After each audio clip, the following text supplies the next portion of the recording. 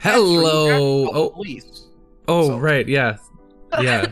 No, yeah, definitely call the police for all the crimes happening on Hamster's hobby hangout.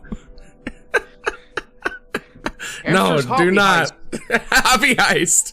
Yeah, that's her new scheme. That's her hobby, is we're scheming for the next big heist. Anyway, hi everybody. I want to go do a Ocean's 11. I guess it'll be an Ocean's 3. Well, maybe we could recruit some people. We probably could scratch together 11 employees from Dwarven Forge. Probably. Who would be up for a heist? Oh, upper heist is... Yeah, that's a tough qualifier. I don't know how many people work here that'd be, like, down with all the running. True, honestly, me included. You do paintball, so, like... and you'll be getting shot at, so it's just like paintball. Yeah, yeah, and it kicks my butt every weekend. Yeah. So there we go. We actually have our first tournament of the season this Saturday. Oh shit, are you ready? We'll see. Nice. Well, good you luck. know, God, we gotta do that thing where we have you paintball gun a piece. Agreed. It will look like, well, it will look very yellow. Oh, that's Is that your... that's You the go only with thing we'll yellow have? balls? Yeah, that's kind of the common one. There's literally rules in the league that say you can't wear yellow because the paint fill is yellow, so you have to be able to see it. Yes. I mean, sure, you could buy some online, some rainbow. Of all the colors that they're like, this is the one that we're gonna be. It just Oh, has yep. to be visible. Welcome to the Piss Boy League. What? Just yellow everywhere. Oh, right. See, the worst is I don't get the teams that wear like white jerseys because they'd stay white for like 20 minutes. Have you heard the story about the military commander who always wore a red shirt when they went into combat? Yeah. Yeah, I thought so. You've heard it too, yeah, Hamster? Yes, of course. Okay, all right. Okay, good. Just want to make sure we were all on the same page. I was Nice. I was just thinking about that in regards to the paintball situation. That's all. Oh, right, right. Yeah. Yeah, I'm gonna wear all yellow so nobody calls me out. Isn't it Eli who has the dexterity to do the weird acrobatic stuff? Eli is super He can, flexible. Yeah, he can do Eli the splits. He'd be great in heist. If you were gonna, he would be the guy that you lower into the room with all the lasers. Right. Yeah, that's 100% Eli's bag. I mean, Miles is the closest thing we have to muscle, I think. But he also went to clown school. So, I mean, he can do a lot of weird... He's more Leaf than you would picture. I didn't say Sure. Miles was, like, a lot of muscle. I said he's the closest thing we have to muscle. I'm still reacting because I can think of like 3 people off the top of my head that are more muscle than Miles. That work for Dwarven Forge? Yeah. He definitely First is one of all, the tallest. Casey may be the strongest person I know, for real. I believe it. That's true. I don't even think it's that Casey has muscles. I think she just has like sheer determination. Right. I think she can turn off pain and just push through it. I think she's also incredibly strong because afterwards she's like still gung-ho, able to lift 1,000,000 pounds, and she's like, what, you're sweating? No, I think that my vote's her first, probably. I haven't seen Miles lift, so it's not fair for me to say that he's not Wait, strong. who have you seen lift in the company? Casey. Definitely Casey. Just like, yeah, just meet me up at the gym and we'll go out. Hold on, one more set. Yeah, the pre-work workout. That's what we Right. call it. Right. Oh, That's you all attend? those, morning meetings. You attend the pre-work workout? Absolutely. That's why I'm number 2. Of course, of course. Obviously. Right. I may be short. That's No. the end of the sentence. No, no, you got that low center of gravity so you can really get under there.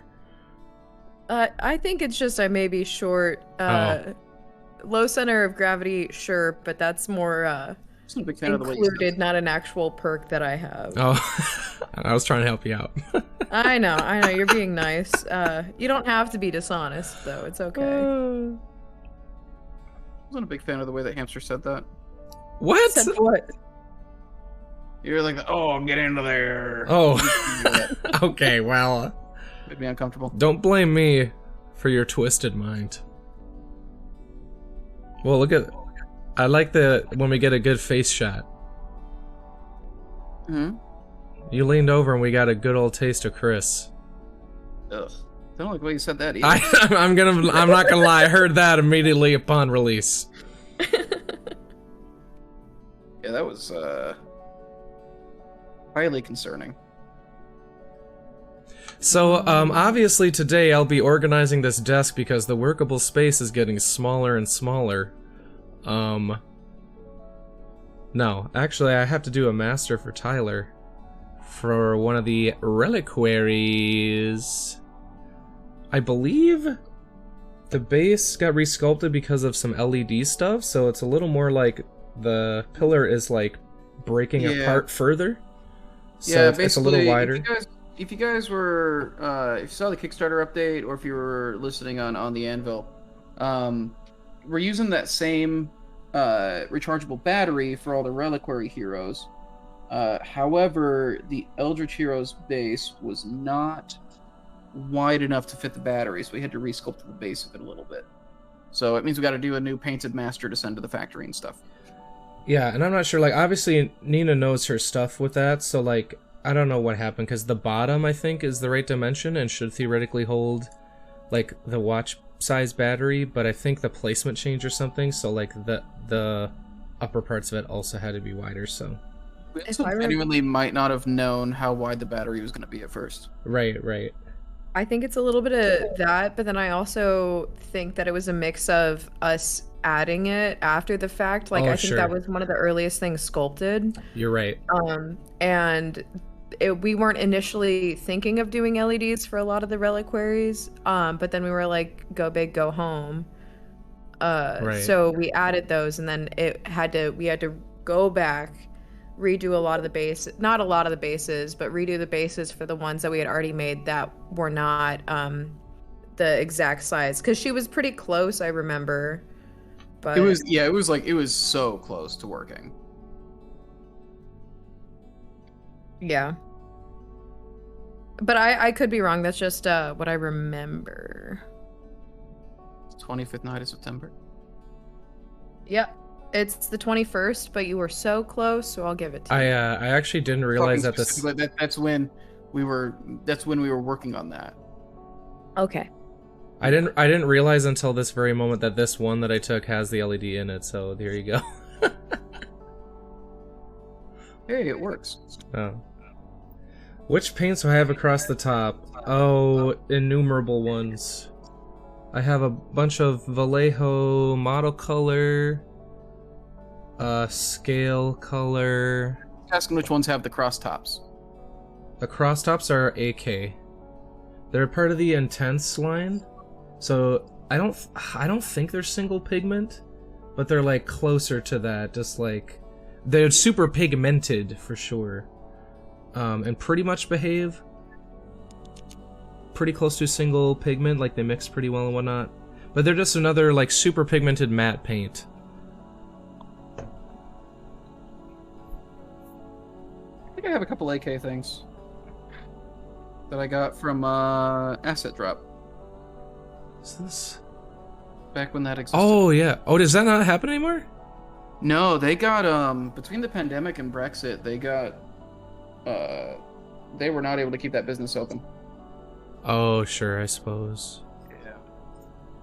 Really sucked. Yeah, I don't know. I liked it a lot, so having that closed down was a bummer. Yeah, these intense colors came in sets. Oh, I don't know about those sets. Yeah, they were the ones that like made the questionable historic models. Oh, right. Yeah, that was really bad. That's one of the biggest like why did you think this was okay things I think I've ever seen. Especially when they doubled down after the uproar. Yeah, like it's like okay. Genuinely, I was like, why what did you think was going to happen? Like, what? Man, yeah. Yeah, what a weird life. What I've done is I actually primed all the rest of the models for my Freeblades army before the stream, actually. So because I didn't want to have to do that part on stream because it's not fun at all. So we got, let's see, kind of get this to. The problem is it's hard to show you it when it's all black. Just disappears. Let's try this. So you got this guy.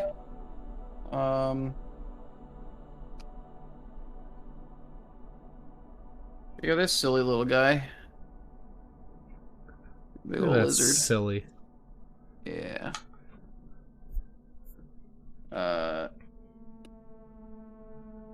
Yeah, this little dino dude, little guy. It looks like Jurassic Oh, Park. nice. Flintstones. Yeah. Did you I mean, re-glue that funny. one mini? Are you talking about Chris? Did you talk about did something break? Or your snake or something that was like a bunch of pieces? Nothing broke now. Oh. Or do you mean this one without a base? Because this one still doesn't have a base. Oh. Yeah, I re-glued. So the other one that I painted outside of the big snake, I was showing people on the anvil yesterday, and I dropped it. The lady that was like holding the sword, and so her only one part came off. So I Okay. re-glued it. It was a very easy fix. But man, even just like trying to get these guys to take the primer has been not a metal fan. Yeah, I will when I repeat was that every stream. when I was in today, I opened up my free blades and started adding cork to my slot bases because I don't like having any fun. What does that mean? They're like have the little metal tab, but I wanted to like add cork to the bases, so I basically had to cut a new slot into the cork. Ugh. But it will be worth it in the end. Yeah, that's what we gotta tell ourselves. I'm very excited to start making these war game videos. Oh my gosh, me too.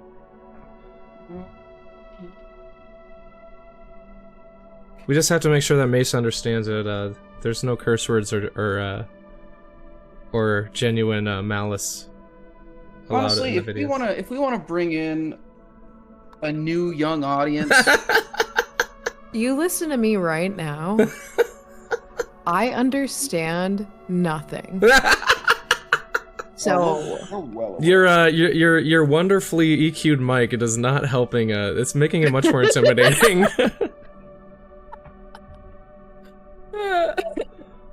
yeah, hearing Mace this clearly is really upsetting, actually. Yeah, Is what it the heck? We're not alarming? used to it. Oh, you'll make it through. We're just both really making Hamster sound bad in comparison. Good for Hamster. He needs to be humbled, honestly. Oh, I do? Yeah. I mean, after saying that I need to understand there's no malice. Oh, right. That takes a little bit of humbling to know that I've never acted intently with malice. Maybe not intentionally, yeah. No. It's all subconscious. In your sleep, you're just like, screw you, Hamster, I will slay you. And your general. Yeah. Right. Well, okay. I was thinking also, I genuinely, and I'm not just saying this, I do think that you let me win because you're being nice and you want somebody to play war games with you. Let me tell you this. Okay. I have never once let you win. And let me tell you this. You're an actor, I don't believe anything you say. Well, here's what I'll say is, a lot of Let me tell you times... Let me tell you this. Alright, yeah. I've seen his movies. He hasn't let you win. Screw you! That is brutal. What I will say is, a lot of times when we're playing, I've like just glanced at the system and I'm like not, I don't know it fluently, you know? Yeah. I work in the same boat. Like, I definitely, Sledge is the one that I've done the most like actual research for. And Oh really? You've looked at it outside of when we played? Yeah, no, I did like maybe an hour or two of reading before we played. Oh my gosh, I'm so happy.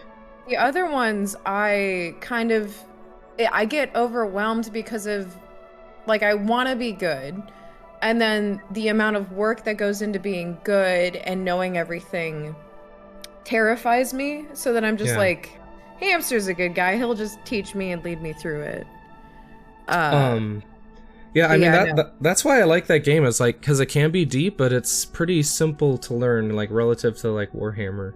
Dude, I love Sledge. That is my one thing, like, coming away from it, well, not one thing. There's many things about Adepticon that I loved, but, like, getting to meet Sean was... That was my favorite. Yeah, it was incredible. Yeah, it's the same with Relic Blade, his other game, his skirmish game. It's, like, so simple to learn and pick up on, but really cool. The depth is there, like, when you start getting into the weeds. And of course, aesthetically, well, Relic Blade and Sledge's aesthetic identities are super freaking awesome to me. It's also like, yeah, when we played Relic Blade, I got the same kind of vibe that I got from when we played Rivenstone at Adepticon. Yes. Where, the pace is similar. The pace was fast, and it also, like, it did not take long for me to, like, be like, oh, I get why this is cool. Right, and, exactly. Like, it sets you up with the tools to, like, all the tools you're working with are simple enough that you can do something that feels really cool. Right. Like, in that 30-minute demo, we had, like, cinematic stuff happening. Yeah. God, Rivenstone was so good. Yeah, I am definitely gonna go overboard on that Kickstarter. You think you're gonna go all in? Or Yes. Actually, I was gonna tell you that, say, fear not. Get your favorite, but we'll probably have every model that they offer in the office. That is fair. Yeah. Between the two of us, we'll get everything. Yeah. Did they say they're working on boats? Yeah, why not? We currently have no boat plans. I said we're in the same boat, and they're joking. Oh, that's fine. Okay. What Kickstarter are we talking about? Rivenstone. It's Broken Anvil's war game they've been working on. Hamster and I got to demo it at Adepticon while we were there, and it was incredible. It really was. I think it's one of my favorite war games I've ever played. Really? It's so fun. Well, like, yeah, like, so my favorite part about it that I saw was basically like a respawning mechanic. So, like, if you get table wiped early, you're not like, well, the game's not over, but it's basically over, so I guess I'm gonna slog through it. You can, like, respawn models. Yeah, that's cool. You do not. And you have the option, like, when you pull something off, like, you can really snowball into pulling a lot of things off in succession. Yeah. And, like, suddenly score a lot of points at once. And then with the respawn thing, like, you're always able to keep setting yourself up. Right.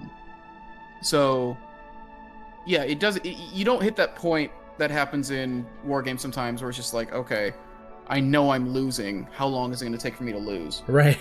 Like, there's always a chance to, like, pull off a big, risky gambit. And on that front, there's, like, valid strategies for kind of, like, going full force and basically, like, dying on purpose just to, like, get a bunch of momentum and then respawning, or being conservative and waiting to, like, kind of blow all your stuff.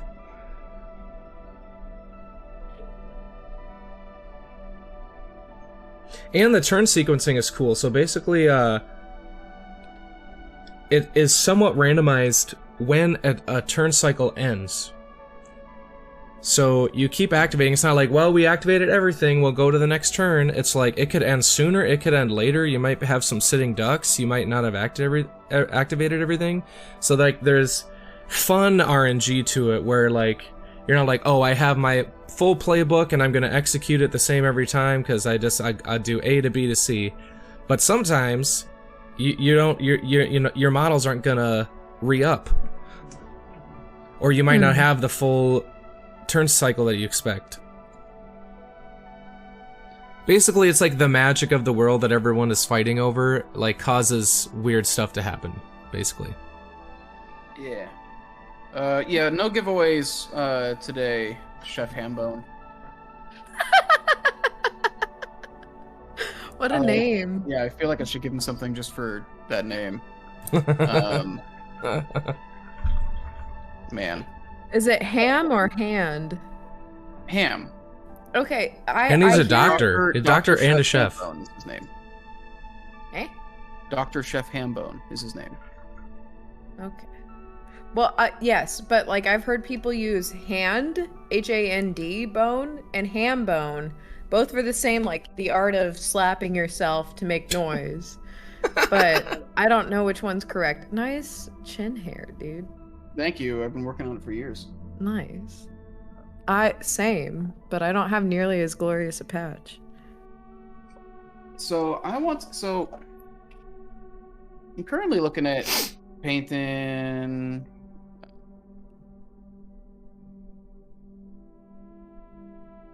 this guy right here. Mm-hmm. Let's get it closer. The little Dino Flintstone boy. Yeah, so the way they've got it is he's like blue with like a yellow head. Yeah. And I want to do something more akin to the Jaggies from Monster Hunter. Oh, yeah. Yeah, they got like kind of off-whitey bellies, and then a kind of orange-red skin that has purple, like, kind of spine and stuff like that on it, like a gentle lavender. Like, I kind of want to like base the more lizardy dudes on that kind of color scheme, I think. I like the sound of that. Yeah, I mean, I kind of get what they're doing, and it's definitely like the models are reminiscent of a certain era, and so are the color schemes. But it's kind of abrupt the way like the head and the body are on the box model. Has anyone heard, or has anyone painted the Razorvine tangles yet? I've heard it's hard to get paint to stick. Have you painted the tangles, Hamster? Yes, it is like that rubbery stuff. Yeah. It's not Dwarvenite. What I would do is, because the Picorni paints are super fluid, and generally hobby paints are really fluid, so if you kind of like let them dry on a dry palette for a while, the stickier paint might adhere better than like really fluid paint.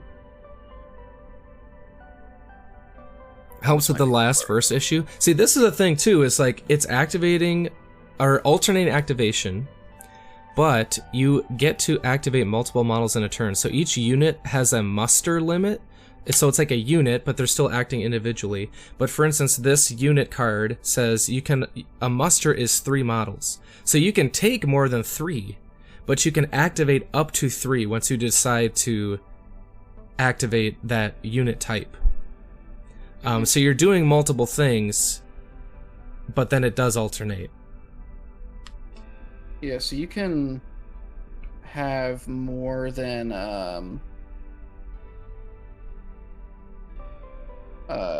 you can basically bring like 2 full squads of, say, archers or something. Yeah. So you bring like 6 when a muster is like 3 or something. And then when you activate a muster, you can move any 3 of those 6 basically. Yeah. And you know, and they don't have to be in like set squads either. It's not like you have to go like, okay, well, this is squad 1, this is squad 2. Right. Yeah, they still act entirely on their own. Yeah. You don't get to control your you don't get to control them. No, yeah, they just start going. Yeah, they've really like made wonderful strides in AI for tabletop. Right. You've seen the movie Small Soldiers? It's like that. Yes. Nitro Nick may be dead. But his battery will live on and on. Or is it his memory will live on? His memory will live on and on. Man, what a phenomenal cinematic experience. I haven't seen it since I was a kid, and part of me like doesn't want to. I want my memory of it preserved. Don't spoil your fond memories of Small Soldiers by watching them once you've like developed an adult sensibilities.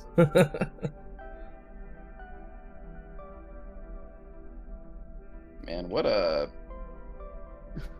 film.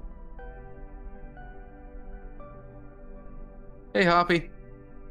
It's like one of those games that are easiest to learn by playing. Yeah, it's super easy to play. Like it's one of the more accessible war games I've played.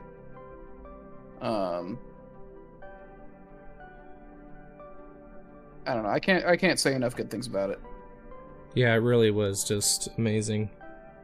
And if nothing else, get it for the minis. The minis are really god, good. yeah. I mean,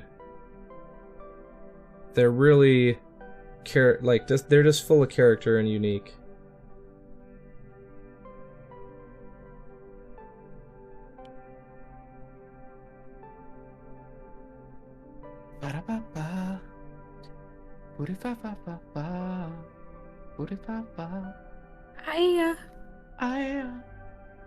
Yeah. Wait, Mace, what are you up to right now? So I kind of realize now with this free time for a hobby, it's kind of boring, but I'm editing photos from the show I went to yesterday because I have to do that anyway. Oh, cool. Yeah. I don't know. It's just drawing something new is hard, and editing something's a lot easier because you kind of have the outlines drawn for you. It's like a coloring book versus like sketching. I don't know. Heck yeah. Just do like a Lisa Frank book on Hobby Bank. I could. I probably should, honestly, knowing my skills, but maybe next time. I think it's a skill thing. You can go off on Lisa Frank. Oh, you think so? Oh yeah. All right. You can do some incredible work with Lisa Frank. It says nothing about your ability. How many Lisa Franks have you done? 0. Okay. I'm not big on doing those kinds of activities, but I appreciate other people's work. I'm also not big on doing those kinds of activities. Okay. You know what? Honestly, I don't appreciate anybody's work, so... Oh my god. The truth comes out. I haven't liked a single thing Dwarven Forge has made in 20 years. When I was the young age of 7, I already knew. When I was 5 and they made the initial dungeon tiles, that was the only time Dwarven Forge was good. Oh no. Everything after that. Oh man. Yeah, I'm just editing. Very boring, but very fulfilling. Merc's hobby is making a cake. Ooh, what kind of cake? Chocolate. Mm. You don't like anything of the thing you like? What are you, a Star Wars fan? That's fair.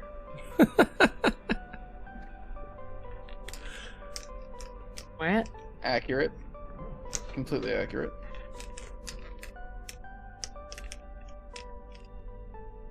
Man, this is one of those paints that doesn't really go on very cleanly. Maybe the play then is actually to make this a top coat over something else, so it'll make it kind of mottled. That's cool and lizardy. Yeah, I think that's actually the play. Okay, so let's actually reverse the order I was going to do this in. So I was going to do a lighter coat and then dry brush a darker over it. Let's actually just reverse that. You're also painting arches. Arches. What kind of arches? The ruins?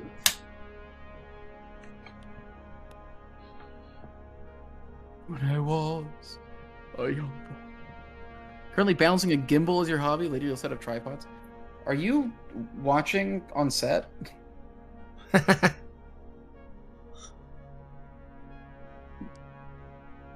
You're currently working. Hey, try to get paid for your hobbies, right? Yeah. Just make the thing you love your job, and you'll never work a day in your life. Of course. You will also stop loving that thing that you used to love. But like no pressure. Yeah, no pressure. Being? Yeah. Yeah, we have fun professionally. Yeah, people ask me, what's my job? I say hobbying. And hamstering. And What's your hanging. job? What's your job? My hobbies. The most insufferable way to say it.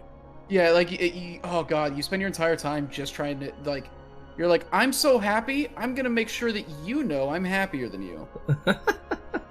Oh, you're not in my position? Whoa, that sucks, buddy. Man, I would hate your life. God. I know those people. Well, They're on twitter.com.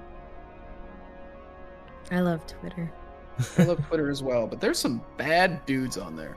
I know, and those are my favorite accounts to follow. oh no. Just to see, like, what weird stuff they're getting mad about. Yeah.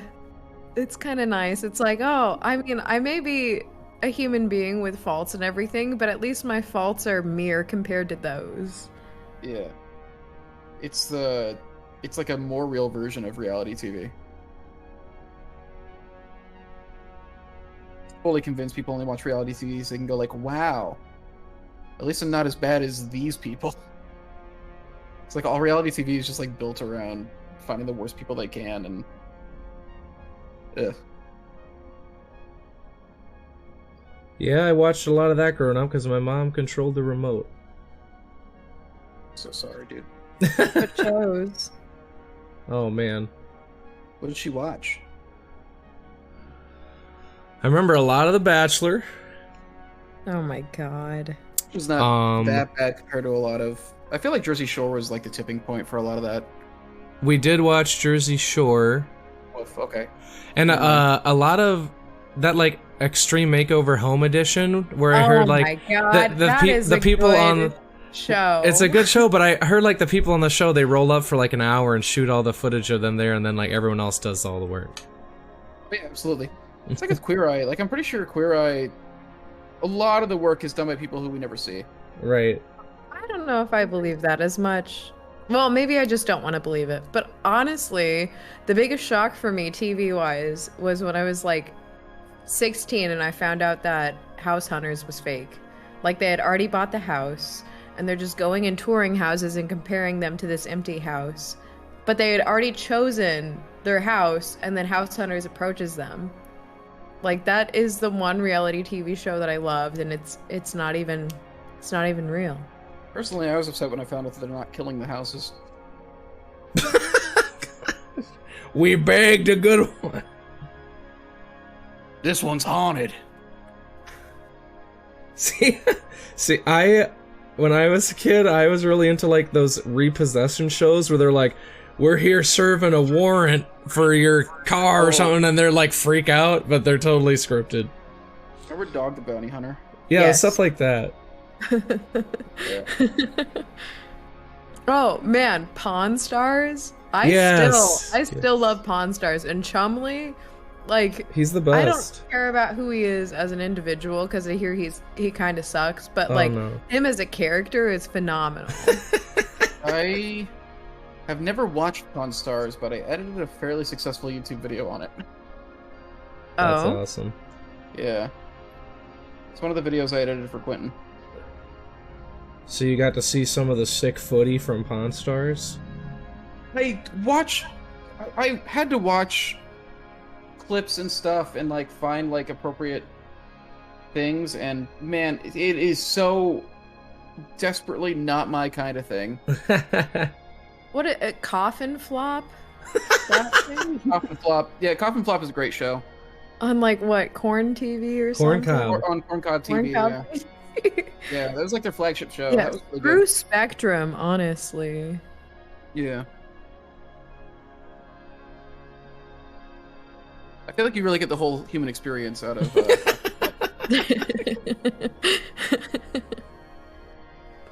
Have you guys seen the Nathan Fielder Nathan for you. Nathan for you, sorry, yeah. His last Yeah. name's Fielder. But the bit where he hires a real estate agent who also makes sure houses aren't haunted.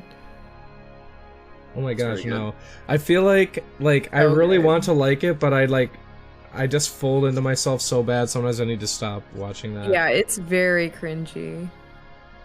If you can't do cringe, it's probably not for you.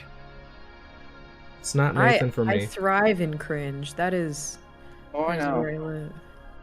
Okay. Evident everywhere you go. Oh my god. It's true. Okay, Dwarven Porch is a pretty cringe company. Don't clip Three it. H's: hobbying, hamstering, hot pocket reviewing. I have genuinely not had a Hot Pocket since like my last apartment. It's almost a year. Hey, congrats or condolences? One of those. Probably Congrats. both. I'm glad you're gonna be here another 8 years. Meaning you have 8 years left now. It would have been less if you kept eating hot pockets. Right. At least I know. Alright, I'm gonna end the stream and call my mom. Oh my god. Hey, yeah. You know that hot pocket study I was a part of? They got back to me about the results. And, well, we got 8 Christmases left, Mama. Yeah. The good news is, we can make these 8 Christmases like really count. You're about to have the best 8 Christmases of your life. Well, 7 and then probably the worst one ever.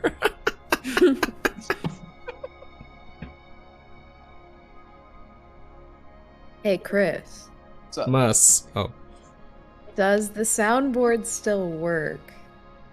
It won't go through to us. Never mind. It's not set up to do that.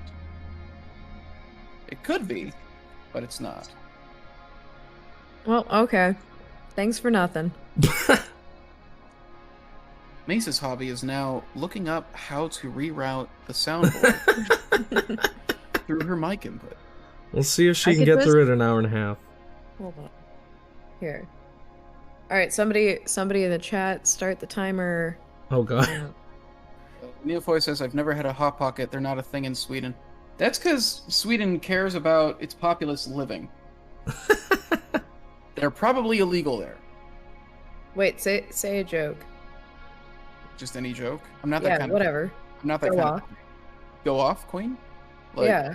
Yas. Yas. Yas, Sweden. Oh my god! Stop!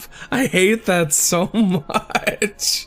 Oh my god. Chris, are you sure about that? Have you not seen IKEA food? Yeah, but I bet the IKEA there is like a sit-down, like 3-star restaurant.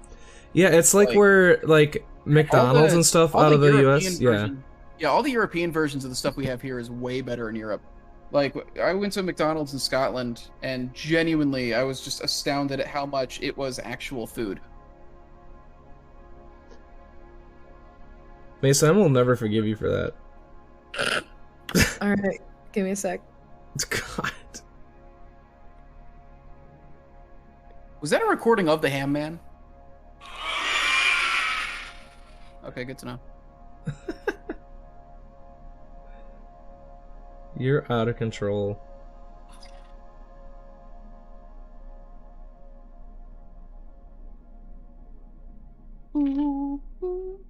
Alright, I'm done. I'm sorry.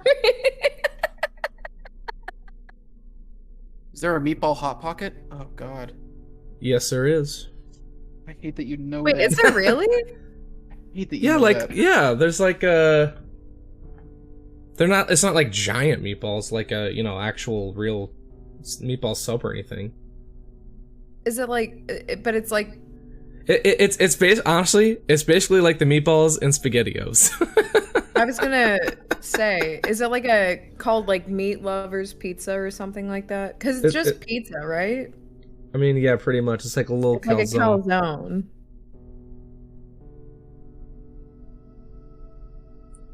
Like a calzone. I like to call it a little pocket of paradise, but that's just me. Do they ever do they have some with the like SpaghettiOs with letters on it? There's not SpaghettiOs in it. I'm talking about only the meatballs. No, but they should, so that you know exactly like the words that you're for. It's Wordle, but Hot Pocket. Even for me, I don't know if I would eat a SpaghettiOs Hot Pocket. Well, your loss.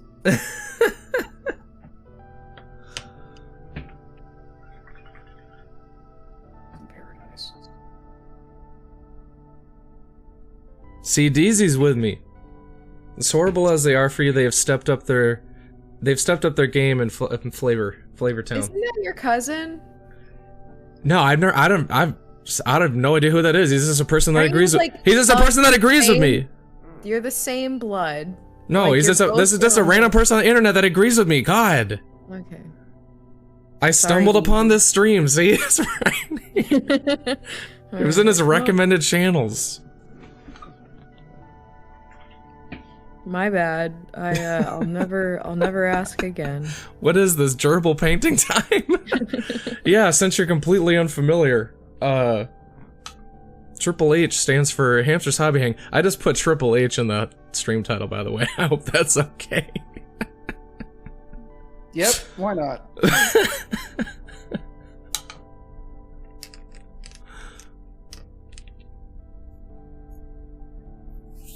Man. I think everyone but Americans speak more than one language. We do too. It's called Pig Latin. Oh my god. Woof, woof, woof. I agree with you. A lot of Americans don't, but like we've done better about having multiple languages in our schools than we have in the past. But I ain't in school anymore. It's still really crummy. Yeah, we still also we're so isolated. Like, we are America. We force people to the south of us to speak English because that's our normal language, and then we go to the north and it's English and French, and then they just bend over backwards and are like, fine, well, we know English, so like that's fine. But like in Europe, they have so many different colorful languages, so it's kind of like you benefit more, and then you can just take a train ride to a new nation, hear a new language. It benefits you more. But in America, we're spoiled in a way where it's like we don't have to, but it's a deficit, because like how awesome is it to know more than one language? Anyway, that's my TED talk. We can go back to Hot Pockets. The real breaking news. It's a hot story for sure. After 3.5 minutes.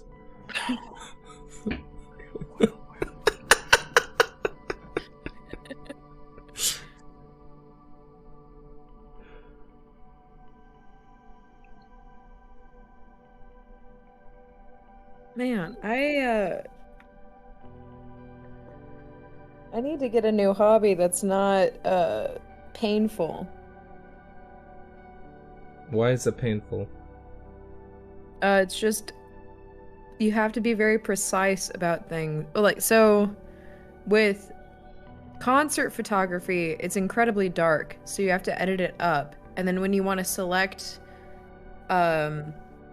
like a specific margin to edit, it's really hard because they think everything's black and like it's just all dark colors. So it's like, oh, you want to select everything, and that's not the case. Then you have to like hand draw the outline of the things that you want, and it's very challenging to do that when you have like an entire human body with a lot of different, like, I don't know, it's not a straight line, it's a million different straights and then curves and then straights, and then I'm done, but like it's not fun.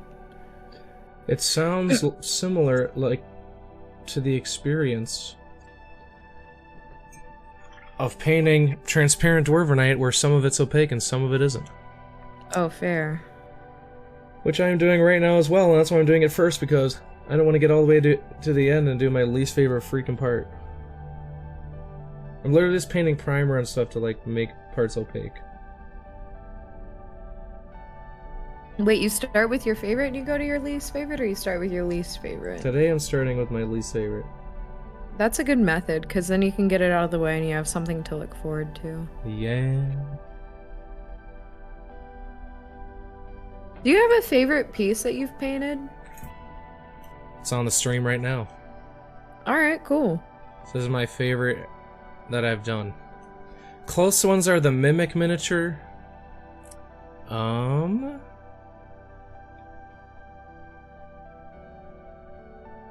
I really like the little rat guy, but I feel like he's not seen a lot from Caverns Deep.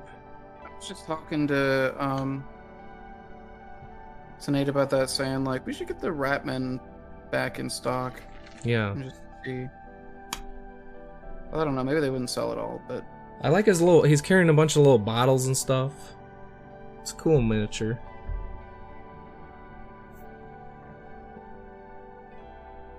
Eat your vegetables first. I haven't heard that word in my life. I don't know what that means.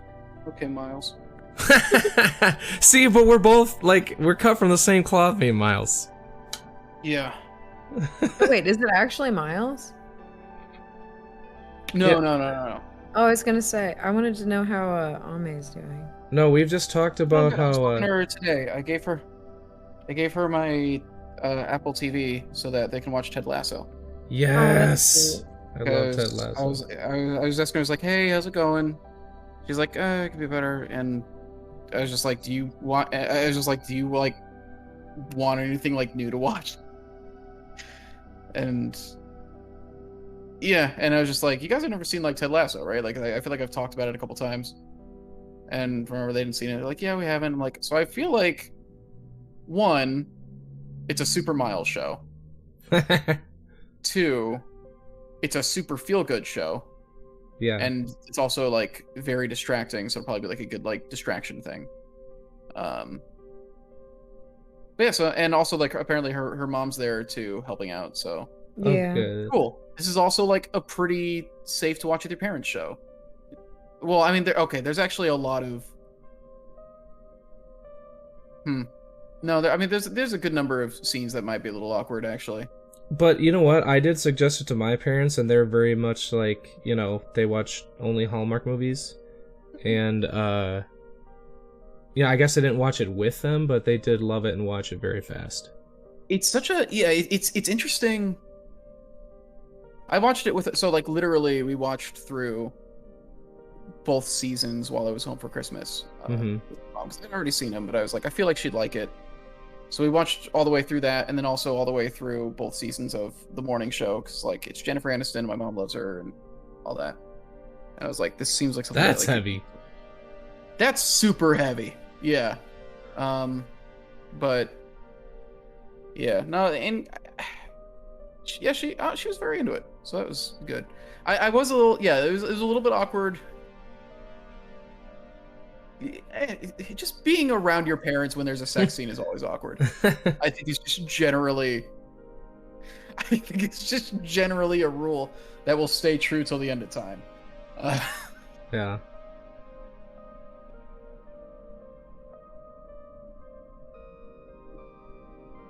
But it was a good time.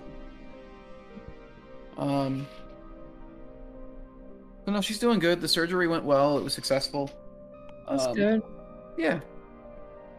You just take a couple days to recover, and then she can start eating actual food again for the first time in In like 6 months. longer than that.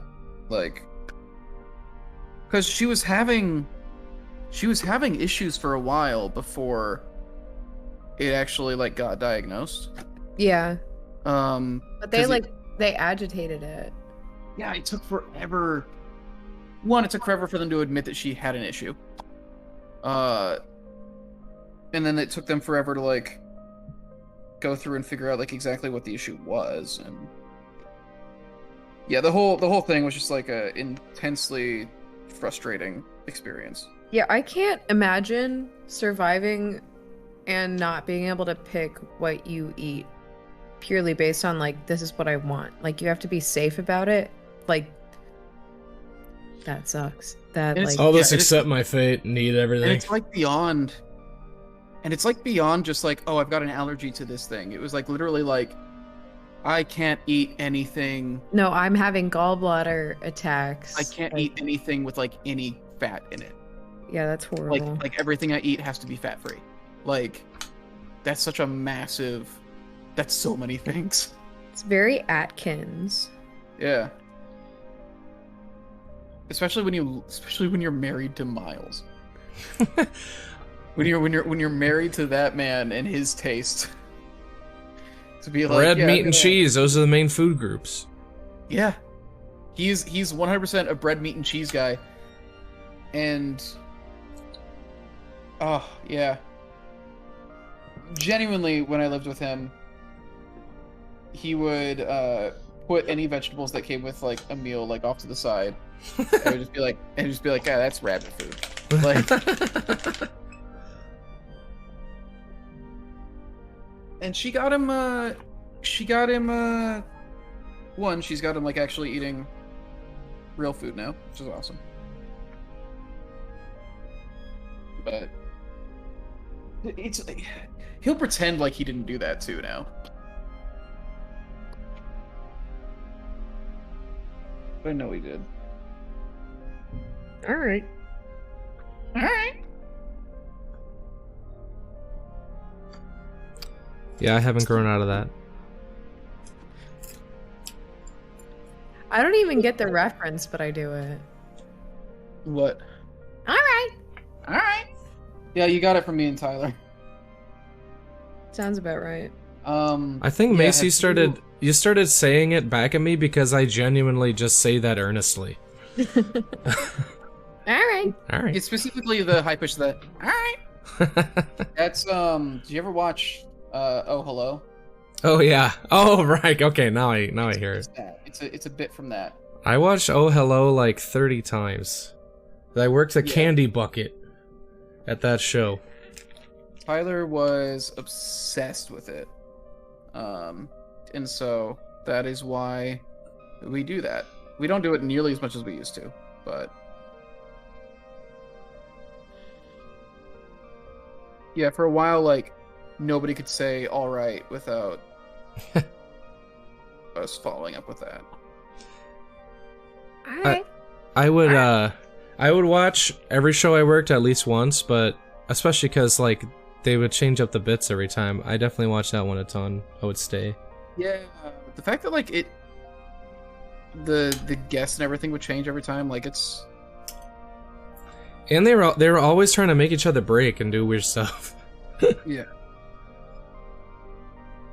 They really just got free reign to just weird stuff. There was one scene where just for no reason, one of them wouldn't let go of the other's pinky. They just took it and they just kind of looked at it and then they didn't stop. That's nice. Wait, there are vegan Hot Pockets? I have not delved into this territory. If I'm getting Hot Pockets, I'm not surprised actually. it's bread, meat, cheese all day. So you can get vegan bread, you can get vegan cheese. You can't get vegan meat, but you can make, vegan meat substitute. The Beyond Pocket. Is there Beyond pockets. bread that's not vegan? Yeah, you can put like eggs and stuff in bread, can't you? Oh yeah, you can do an egg wash. Yeah. Okay. And Yeah, you know what? Hot milk, Pockets milk, probably does like- an egg equivalent wash. Yeah. Like basic bread is fine, but like you can add extra stuff to it. Man, you know what I really love? Croissants. Yes, actually. I actually am a very big croissant guy. I'm And a big grapes. pastry guy. I'm a big pastry guy in general. I know you are. That's like all you want to eat. Pastries are bomb. What were you gonna say before I guessed? Oh, just as far as bread goes, my favorite bread. I love potato bread. Oh, yes. And banana.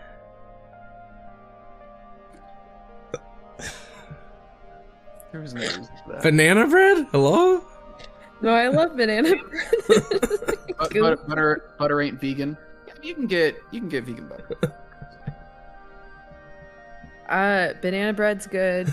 Dude, zucchini bread is incredible as well. I won't touch it. That's a vegetable.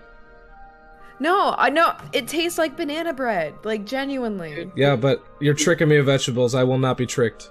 Alright, well, your loss. And then isn't, like... There's, like, a carrot cake equivalent. Pumpkin bread's so good. Yeah. Beer bread? Beer bread is another level good. Beer pretty much is bread. Yeah, it's true. You just put a can in a pan and then you got bread. Well, that's literally a Weird Al line. Wait, really? Oh. Yeah, the beer song. Have you heard the beer song? It's Weird Al, right? I think it's Weird Al. I have no idea. I haven't heard it, so I can't tell you yet. Beer song. Yeah, there's one line, it's just like, beer is liquid bread, it's good for you. Let's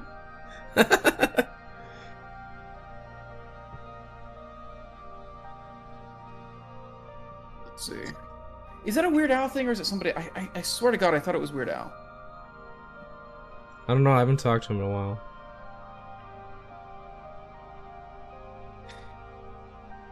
All us Midwest guys wrote a group chat. He's Midwest, right? I don't know. He's got such Midwest energy. Yeah, it wouldn't surprise me. He can't be. You don't think he is? I don't think he is. I don't know if he is or not, but I don't think he is. He feels so Midwest to me. I think he feels kind of like... I think he feels Northwest. He feels kind of like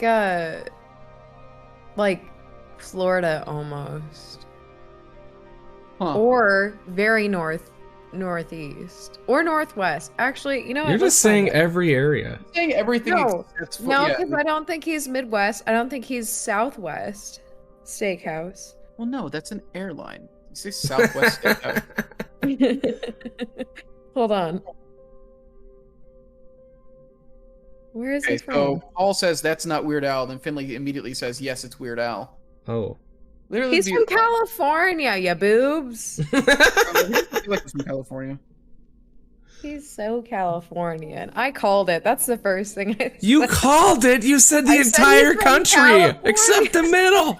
I said, oh, that guy? That's Downey, California, right there. God. He's got big Downey, California energy. He's got BDE.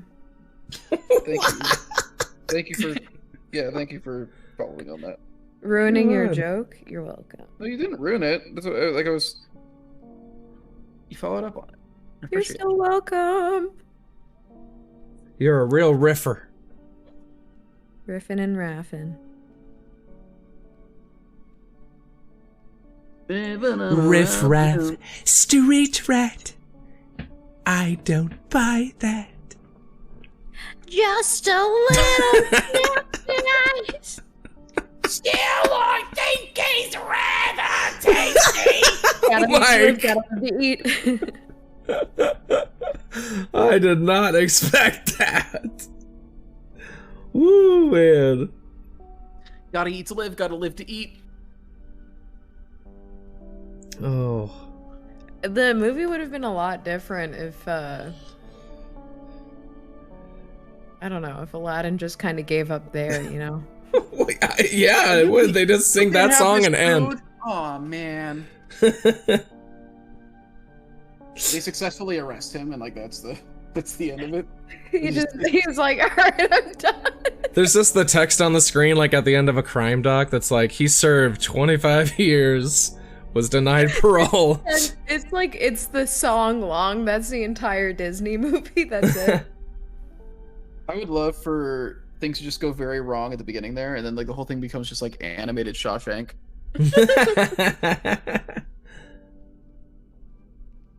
Abu's digging through the wall. That's his link to the outside. Sabu. Yeah, that's how they would do a jailbreak, wouldn't they? Like, it'd be Abu slipping him the goods. Abu, you need to file these bars. Oh, look, the monkey brought him a little cake. Inside the cake is a... Oh my god. This needs to be a thing.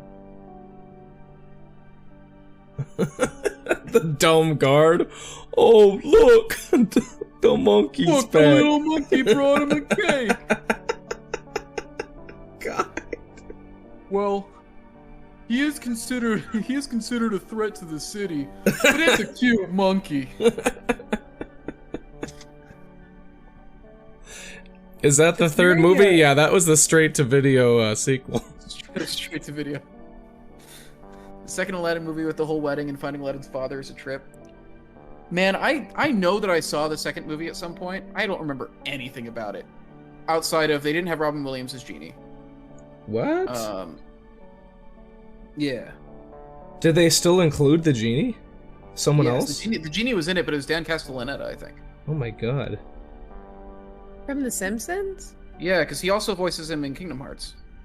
Oh wow. Wait, Yeah, didn't they have like the a falling King out? is in Kingdom Hearts? Yes. Yeah, of course. It's an icon. Everything from every major, like, 90s Disney movie is in Kingdom Hearts at some point. Didn't like Robin Williams and Disney over that have like a huge falling out or something? Yeah. So Robin Williams like made a part of his contract. He's like, "Hey, I'll only do this if you don't use my character to like merchandise and like sell things and like make money off of people." And then they very aggressively did that. Yeah. So, yeah. Wait, does Mace not know what Kingdom Hearts is about? I don't think she does. Mace, what do you think Kingdom Hearts is? A little bit of anime here, a little bit of Disney there. That's not wrong. It's not wrong, but there's so much more to it.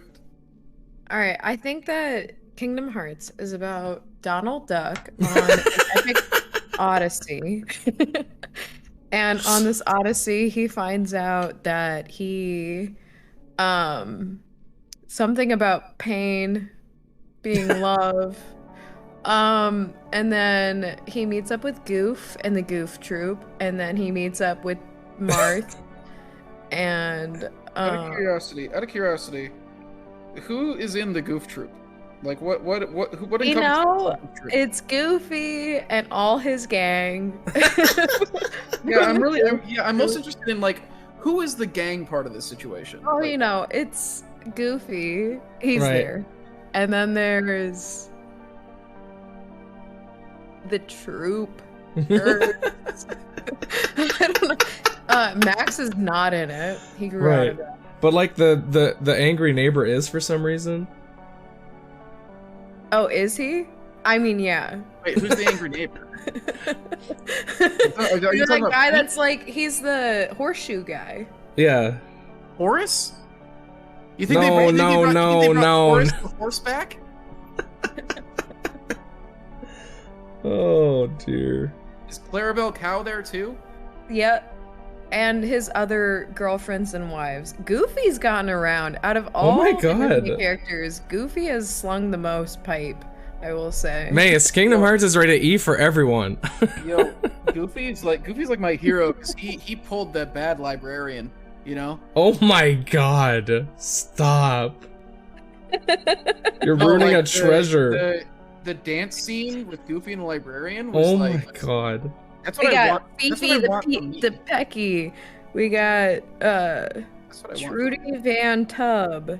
We got Did you just look up classic Disney characters? What are you no, I doing? looked up Goofy girlfriends Oh. because he's had a few. Oh, if you want Goofy girlfriends, I got some stories.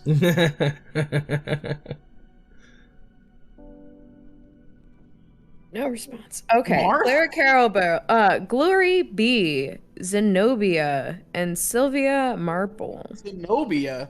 Yeah, she sounds cool. She's occasionally in the Italian comics, it says. Okay. They're specifically Italian comics. Yep. I guess. Oh yeah, Sylvia's she's the extremely goofy movie disco queen. Yeah, she's the bad librarian. I like her. But she's great. I like her for him, you know? Yeah. They work. Mm-hmm. Yeah, they do. That movie made me buy a mood ring because I was like so enchanted by the idea that mood rings existed, and I didn't know that it's just like your body being like, oh, it's hot, I'm warming this up. Not to ruin mood rings for everyone, but I love the your heart doing 70s that? throwback. Yeah, I wasn't expecting to spoil mood rings today. It's No, actually your heart doing that, so you should listen. Well, I disagree, Oh, but that's fine. Science doesn't always get along well with opinion. God, you're such a Pisces. I'm such a what? Such a Pisces. wait, I'm a Pisces. Yeah, I'm not a Pisces. Chris, you're acting very Sagittarius? You are so not Goof Troop right now. Oof, that makes me Sagittarius. Wait, what are you? Hold on, I know your birthday. I'm just gonna look it up. This is my favorite hobby, is Googling. Oh, my birthday. First off. You know his shoe size. I do. Why do you know my shoe size? Because I was bullying you about your shoe size. Right. Yeah, that was an Adepticon thing. We're doing too much inside Inside baseball. we gotta let it Shoes out. are funny. Yeah. Do something funny boy. I'll get the soundboard back on. By that, What? you No, mean we're not. you put your phone up to the mic again? Yeah. Incredible quality. Okay, so you're a Capricorn. No cap. Yeah, no cap. God. What are the qualities of a Capricorn? Buddy, I wish somebody could tell me. I get told a different thing every time. All right, let me Yeah. look. I don't know the actual. I just know that I'm supposed to none say of them are Pisces. accurate. Everybody always just like, they see like one thing and like, see, that's totally you, and they ignore the other 20. All right, well, here I'm gonna do our daily horoscopes. Uh oh. What did you say? You're a Pisces? I am. Yeah. Yeah. I Okay. pointed out that he was a Pisces. So we got, hold on. First up is mine, but I'm gonna skip that. Mood terrain. Capricorn. Okay.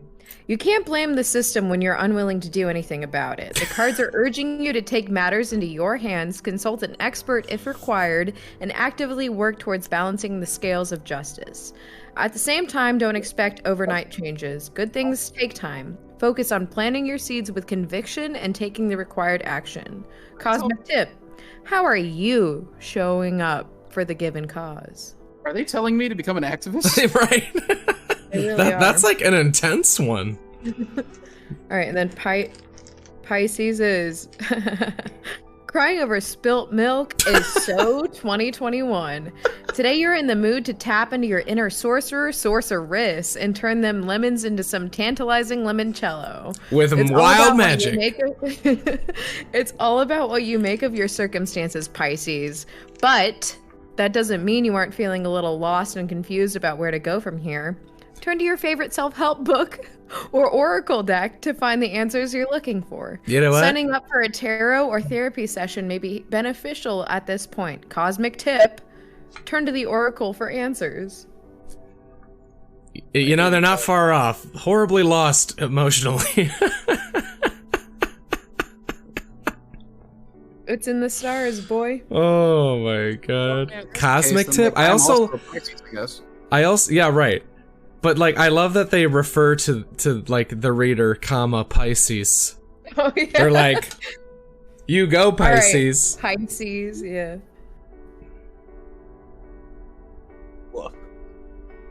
Just have to painting 2 orcs. Took all day. What's the scoop with the DF swag? You got anything exciting to say about that? They know we announced that we're finally doing merch for real this time. You did yesterday? Yes. Without me? Oh, They dear. wanted it. Take it up with him. But you get, but there's like Can no I details. say, all right, get this mic up here. I've been working on this for 3 years. It has been one of the first projects I started on and kept getting put off. And I am happy to announce that within the next couple weeks, you will be able to get a t-shirt that is very cool. Finally. Cool t-shirt. Finally. Nobody's been able to figure out how to do it.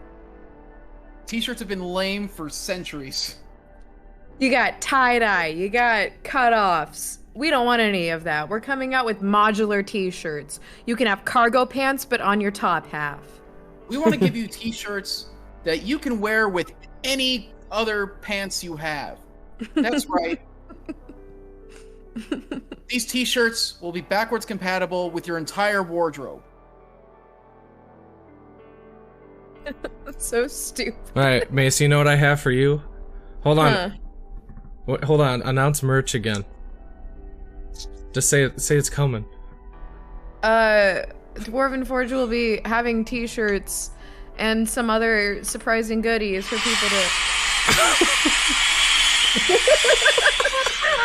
buy online on our web store. We don't have a specific date yet, but honestly, as long as you tune into the streams, you're gonna be the first to know about it. And maybe one day we'll have real sound effects also on these streams. Maybe. But phone soundboard helps in a pinch. Oh yeah, no, I sat through a YouTube ad. That's why it took me so long. Oh, no. Okay, you have an iPhone, right? Yeah. Alright, hold on. Get this app. Hold on, I'll show it to you. Alright, it looks like it's that little red button right there. It's called Soundboard. Okay. Get that. I used to have it down at the bottom so I could have easy access, but then it kept going off in my pocket. That's It would, hilarious. like randomly be like quack, quack, quack. And oh, I don't know what that is. It'd be quacking. Yeah, you're like the one at the restaurant. You're like, whose phone is going off? I'm in church and I'm like, Right. keep it down. The Lord's speaking. And it's me. My phone's just booing the sermon. Oh my god. Alright, well, it's I think it's that time. Mark it. Alright, thank you. 7:17. And I've just completed getting these Galdang LED parts done. Or, transparent.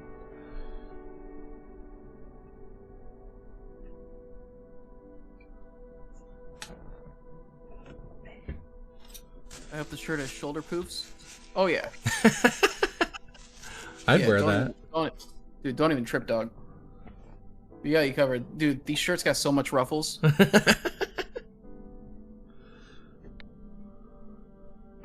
Like the chip? Can I get elevation shoes? Buddy, if you got stairs, absolutely. Just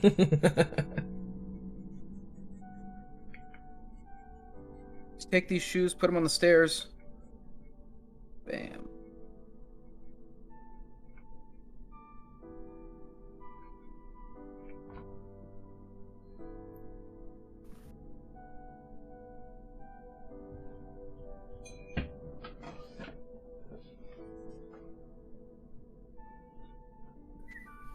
Thank you. I like the purple too. Unfortunately, I'm kind of sad because I do need to adjust it. I thought it would be just right, but I have to match this other thing.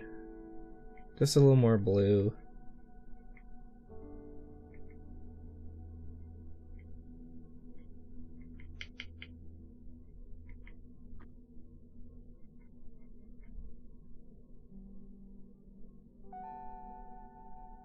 Okay, I think this guy's done. The dino? Yeah, I think Dino Spumoni is done.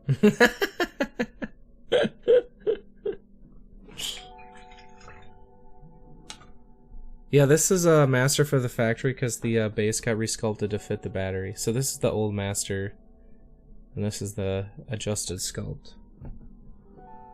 And then one we keep for us. Usually. Good. Here. Yes, that's good light right there. So if you do this.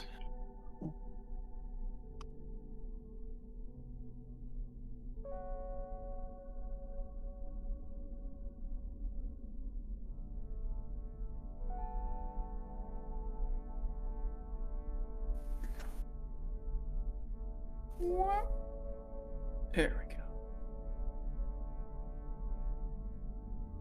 So I did, I'm sure you could guess. Open the dwarf set first for free blades. Yeah. So those should be done first.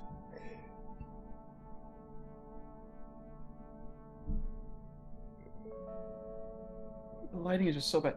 The thing that sucks, so I think like the wiring in this apartment is just like not great. So every time I actually put lights in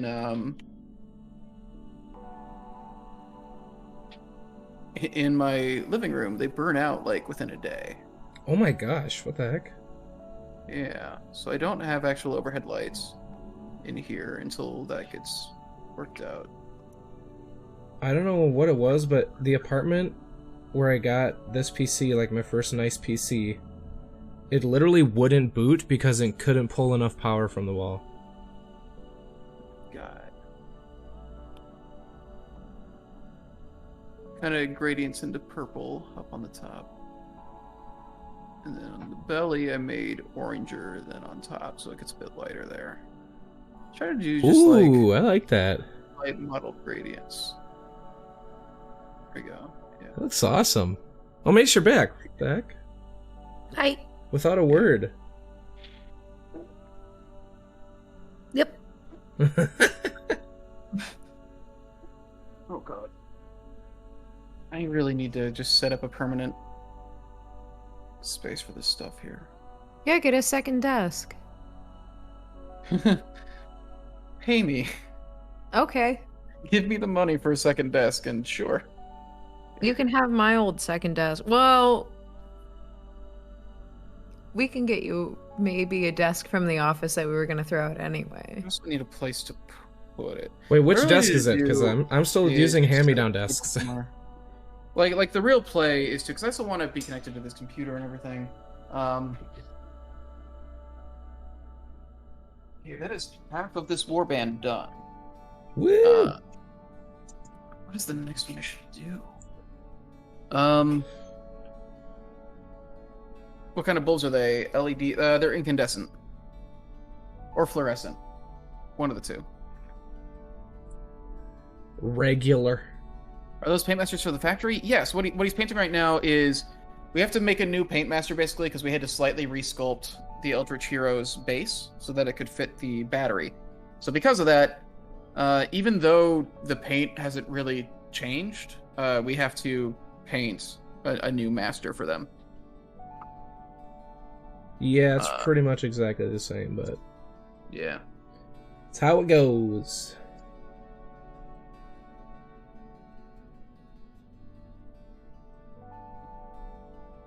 This guys share the same color scheme as the Dino dude. Do them all in pairs. And then the two that are standing up will have their own paint scheme.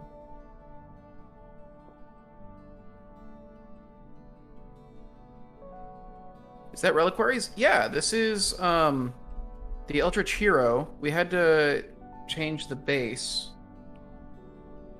so that it could fit the battery a bit. We just had to make it a little bit wider. So we have to make a new paintmaster for the factory to use.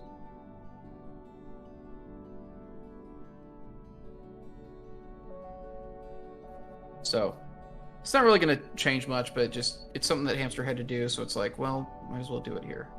Yeah. Well, I know a lot of people ask for like DF stuff to come on here, and it doesn't happen a lot. So I was like, hey, here's an opportunity.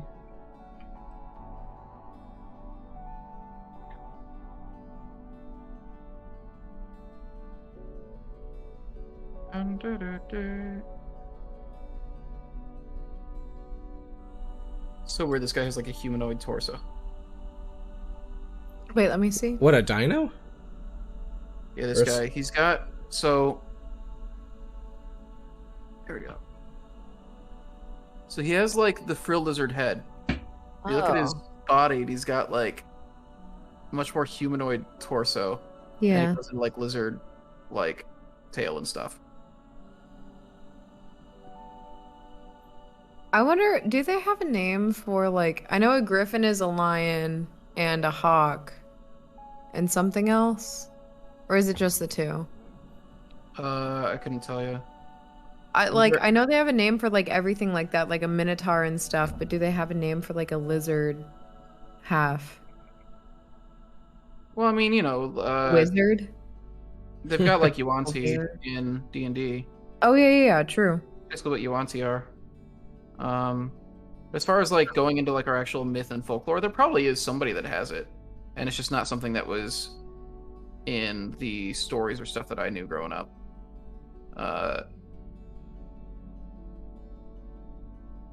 Because yeah, like there's a lot of specific, like Manticore is. I love manticores. Yeah, Manticore, Chimera. Oh, what's the thing I'm thinking of?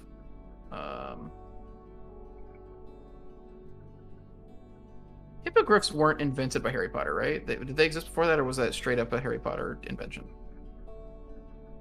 That I don't know.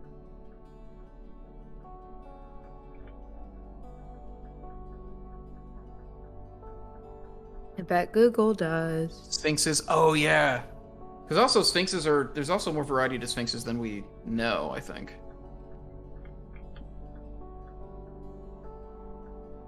Sphinx is like a whole subcategory.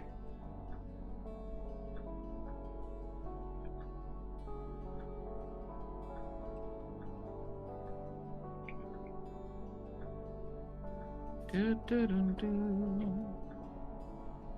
watching a lot of Actually lately, and one of the mini games or shiny questions they'll do sometimes is one where they get given a bunch of pictures of creatures, a bunch of creatures from like folklore from around the world, and then a world map, and they have to try and guess like where the origins of like that creature are, like which country do they come from. And it's fascinating seeing like how many of these weird creatures there are that we just never hear about, because they weren't in the cultures that got like taken from for D&D and stuff like that, so we didn't like grow up with them as cultural influences.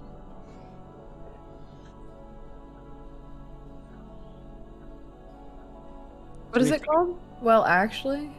Actually. It's a Jeopardy style show they started doing on College Humor. I actually found it. Is it the Dimension 20? Yeah. A lot of the same people, just because it's College Humor. Right. Okay. But it started before Dimension 20, I believe. It's been going for a long time. I know it because they did a live episode at Comic-Con, and it sounded fun, so I went to it, and I was like, oh, this is really cool. Yeah, it's a Jeopardy-style game show where instead of answering in the form of a question, what you're doing is they're reading out like statements about pop culture and nerd stuff and all that, and there's something wrong in each statement that they make, and so you have to ring in and then say actually, and then correct them. That's fun. Yeah, it's a very fun time. They pull guests from like all over the place, and I've learned a lot. I look at it as educational programming first. You're asking if the lady whose naming methods are what they are was great enough to come up with the hippogriff? Yeah, that's fair. Well, I figured there's not anything hippo-like about this creature. So, like, I was thinking maybe it's a bad name, actually. and we can clown on her for that. And you know, there are some new creatures in Harry Potter. Yeah, like Ronald Weasley. What is that? Yeah, like redheads. What is that all about? Maybe that's just a UK thing. I mean, talk about a divergence into fantasy, but it was kind of wild. Hippo means horse. Wait, what? What? Then why do we call? What, okay, wait. Okay. So does hippopotamus come from a completely different literary root then? It means horsepotamus. Yeah, so that's what I mean. So like, wait, so hippopotamus, is that actually using hippo from horse and then adding other stuff to it? Hippopotamus is literally river horse in Swedish. Oh, cool. All right. Alright. I love etymology. But it's not horse-like at all. It's It much has more like four legs. it's much more like a river bull or something, right? 4 legs. Well, they could have called it a river chair then. They could, and they didn't. All that matters is the 4 legs. Oh my god. All right. 4 legs. That's a horse. That's a river horse right there. It's a little guy with 4 legs. Guy who thinks everything with 4 legs is a horse? Sees a frog, that's a horse. The whole time we were at Adepticon, we were making jokes like that, or it'd be like Pitching a character. pitching a character, and it's just it'd be, you know, it was a mixture of us like saying stuff that we legitimately thought would be funny, and then just saying stuff that's like really dumb, like guy who made bacon this morning, like, stuff like that. Oh man. We're doing that all week at Adepticon. We don't know, as pioneers used to ride river horses for miles. No. Cows are just fat horses. I learned about yokai from the Yokai Watch cartoon that my son loved. Oh yeah, so I already knew about yokai. And for those of us who don't know about yokai. Basically Japanese folklore demons. Oh, cool. Okay. But it's like a super broad range, you know? Like Sure. it's not. It's a generalized. Oh, Gotcha. they're all little angry red guys. Yeah, it's Gotcha. Little guy who is red. It's their like spirit folklore thing. So like Kappa is a kind of yokai. The fraternity? Yeah, the fraternity. God. Tengu is a kind of yokai. Oh wait, is Kappa the frog one? Yeah, it's the frog with like a. Yeah, I know what you're talking about. I know exactly what you're talking about. Okay. Kappa, I feel like the Kappa is one of the most influential like yokai in terms of getting represented in modern culture and stuff. Like there's Pokemon based on it. There's Pokemon based on a lot of yokai. But yeah, they're the turtle dudes that have like they collect water on their head. Yeah. What are the Hayao Miyazaki, like just the little heads that go around, are those yokai? Probably. They stack themselves on each other? Probably. Miyazaki uses a lot of yokai. Yeah, okay. I'm not sure entirely which ones you're talking about right now. There's like 3 little dudes, and they're dark green, and they say like, moip, moip, moip, and they stack themselves on top of each other. I forget if it's from Spirited Away or... It's fine. I got it. No, I feel like I know what you're talking about, but I don't know anything about the actual historical It's a mythological very long time context. since I've... The 3 heads in Spirited Away? Okay.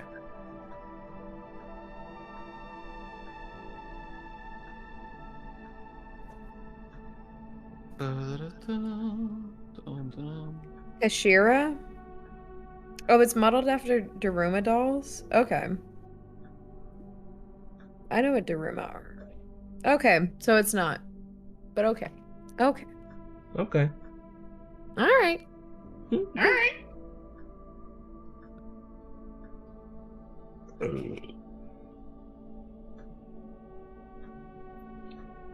Guy who burps in the meeting. Is this a That's meeting? just you. This is a meeting. It's for work. We're on a call. We're being paid for it. This is a meeting. All right. It's a meeting of the minds. Guy who unmutes to burp at a meeting. Man, you don't understand. That was so funny. No, I do understand. I was crying. It was very funny. My favorite thing was just that it wasn't acknowledged at all. I know. Because So, what are we supposed to say? background for viewers. There was one meeting, honestly, probably a year ago, when we were still using Skype. It still lives on. We were doing a meeting, and we were in the Like whole amphitheater team. that Skype Whole had. team. What? The whole team was there. Whole team. It was a Monday meeting, which like we have whole team on Monday meetings. And Nate's talking about something very sincere. I don't remember what it was, but he's being like not serious, but like he very sincere. And then in the middle of it, so Chris has his microphone that only picks up at a certain decibel. Right. And he hit that decibel. loudly just belches. And That mic opened up wide. Everyone that had their camera on looked like basically in shock at the webcam. Some people then turned their camera off so they could laugh. Yeah, I was dying. Everybody's like losing it because, first of all, we weren't sure it was Chris at the time. We just heard a huge burp and then no acknowledgement from the person that burped or anybody that was talking. Oh my god. And then all of a sudden cams start dropping and people aren't in the amphitheater anymore. It was good. And no one commented on it. Basically, Chris let out a huge It just burp continued. in a meeting, and accidentally his mic picked it up, and it honestly it changed my life forever. I still think about it weekly. I And was it's straight incredible. up cackling. I muted, I unvideoed, I left my chair, I think. I like could not believe it. It was so fucking, or excuse me, funny. Yeah, this is, DF after dark. It just got me so good. It's so funny. Yeah. I remember messaging literally everyone in my top like 10 messages recently to see who it was. I was like, was that you? Did you hear that? Am I making this up in my head? And then eventually I got to Chris and I was like, why did I ask anybody else? Like, red-handed, you're the culprit. Yeah. Oh man, that was a good time. Oh yeah, it was awesome. Since you're painting a reliquary, can I ask what the paint scheme was for the dwarven pieces? Just a lot of stone edge, right? Yeah, it's a mix of base gray and stucco, and then like increasing stucco. And stone edge would certainly highlight it, yeah. That pretty much highlight anything. It's a good ivory. Did you dry brush the edges with stone edge or no? It's mostly stucco. Oh, We went with a warmer stone. that's fair. Stone edge is very. And then it's just a bronze. It's not Gorgon bronze. It's actually Vallejo metal color gold, which looks very bronzy. And then like brown washes on the gold. But it's honestly pretty simple. You just messily dry brush the whole thing, and then like you a little more precisely hit the metallics, and then you're done. If I don't paint much, can I use the Reaper paints I have for 3D printed terrain, or is that the wrong tool for the job? Not gonna suddenly be painting a lot, but have a few items. I think the only issue is that Reaper paints like come in these small bottles because, you know, it's meant for painting minis, so that'll make them like last a while. If you're painting a lot of terrain, like you'll run out of them pretty fast, I think. Yeah, I mean, will it work? Absolutely. I mean, especially if you give it a good prime. Even just a hardware store spray can prime, it'll take the paint well. But yeah, it would also take like the budget brand craft paints well. That's kind of what I use for like that kind of terrain. Yeah, for For terrain painting, I think the focus is definitely on getting coverage over. It doesn't have to be like good quality pigments necessarily. Yeah, you save the good stuff for your minis.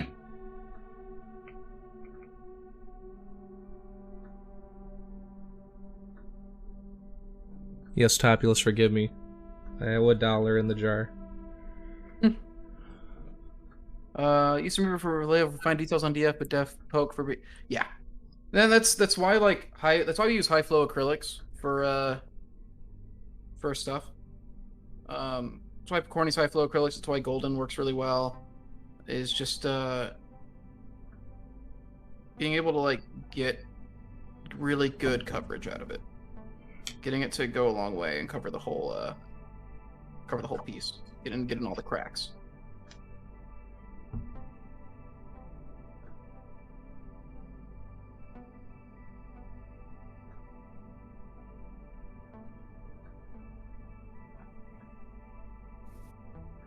This guy's definitely more complicated than the Dino, just because he's got actual armor and stuff on.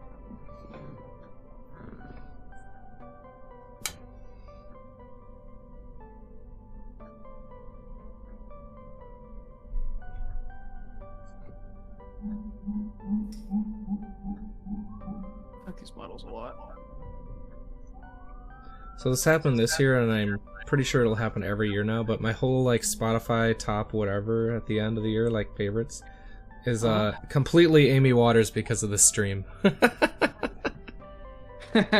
Yeah.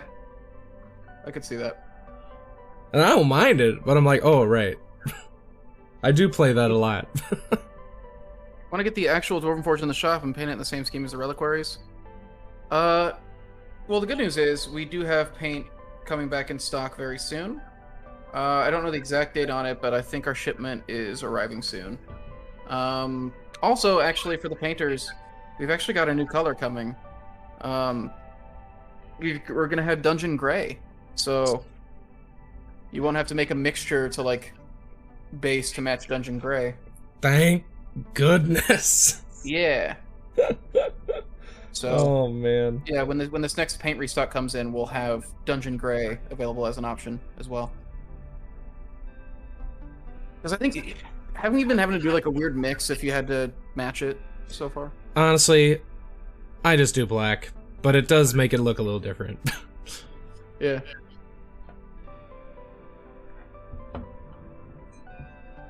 Because it's annoying to mix that. It's a pain to try and match it, yeah. Thought about introducing a new color for the city's two roofs. They're going to try to stick to using the colors we've already got as much as possible. Yeah, they're more than anything, but like it's. Yeah, I mean, we're not like deliberately trying to add a new color for paint, the paint range. But there will certainly be some fun things happening, and if you get unpainted, it should just be using your existing collection of paints. I think the main thing is we're not really trying to. When we add like a new color to the lineup, it's not because we desperately want new colors to work with, so much as like we want to get rid of having to make mixes. Yeah, it's like if we do a cool color for the scheme, you know, we make the paint for the terrain, not vice versa. It just depends like how the scheme shakes out. Which sometimes we test with non-Bicorny paints, you know, that happens pretty frequently. So it's certainly not impossible, but we also try to like be like, what can we do within what we have?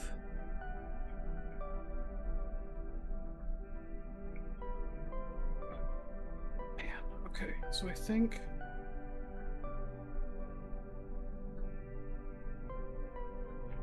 man, do I do purple on this guy's back?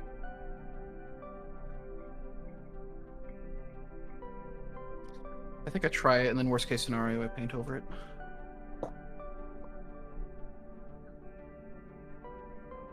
Everything's worth a shot. But if there's a color that you want to try, like something custom or something else, these are actually golden high flow paints. They're just our colors, like it's a custom recipe.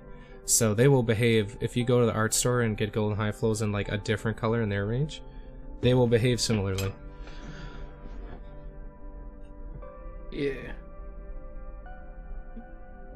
Yeah, they put like that's probably some of the best terrain paint on the market. That's why we like even Aaron and I sometimes will grab a golden high flow to test something that, you know, that's not, we don't have it in our range.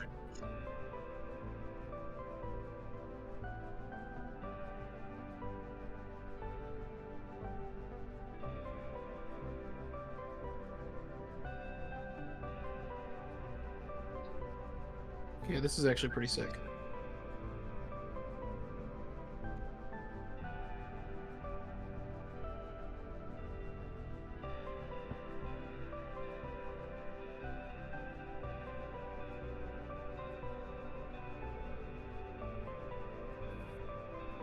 Man, I love Monster Hunter. I was actually just thinking about that. I was like, I haven't played that in a long time. It's so good. Did you guys publish the recipes for DF paint with golden somewhere? Maybe. Well, so wait, publish That's the a recipes. specific blend, right? No, yeah, these are like think custom, like, it's not like a combination of this golden and this golden. It's like a completely, like, they're in their factory, like, making a brand new thing. Yeah. When The we new do pigments. when we do use their paint instead of one of the custom mixes for us, we do mark it in the Yeah. guides. All the video and PDF guides have that listed among the paints. The interference is golden brand too, so we always Ooh. list. I last Friday came into office and I painted a glamour leaf actually, and I used two interference paints. I think one of them had green undertones, the other one was just pearlescent, and those are phenomenal. I love those. Yeah, golden paint or the interference paints are like cheating. I love them. They're genuinely the reason my snakes came out so good is because interference paints like make it so easy. Well, I don't know, I kind of used one of them as an like a base coat, which was weird. Not fully, but like I did the base coat and then I did the paint and then I painted over it, and it actually turned out really interesting. Not like anything you couldn't get with a dry brush or a wash, but it's like it has slight deviations from just how you would paint those. I don't know, but it like I love those paints very much. Yeah, I love little variants. I love underpainting. Is that what it's called? Well, just like what you were talking about, of like it kind of gives a little. Yeah. But I have not done with the interference. So, do you have that at the office? Yeah, I'm not done with it, so like don't look at it yet. But yeah, it's really interesting because I went over it with one of them, and then I didn't hate it, but I didn't love it yet. So then I went over with a darker color, but the darker color basically acted more as like an opaque layer above it, so it still has that shine underneath, but then it's like completely coated. It's really weird it's in the office, but I want to do a green dry brush over it and then some highlights. Sweet. Yeah, it's very much in the first third of mini painting process, but it was interesting.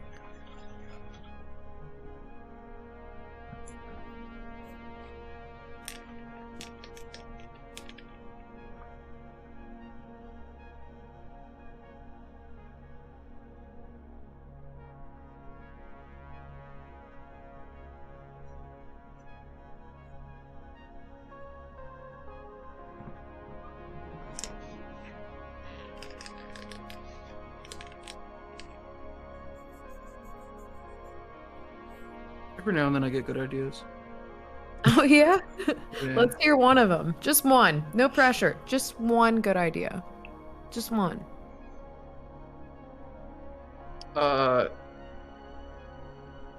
Universal parental leave.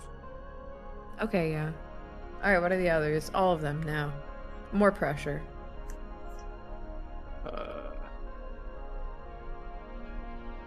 free pony.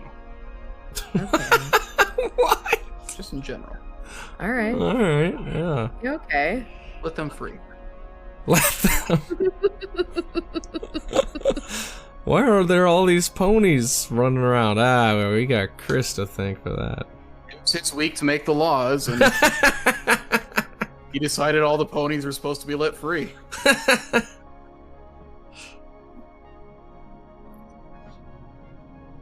What was your good idea before I interrupt The way you? I'm doing this guy's frills, I think, are nice.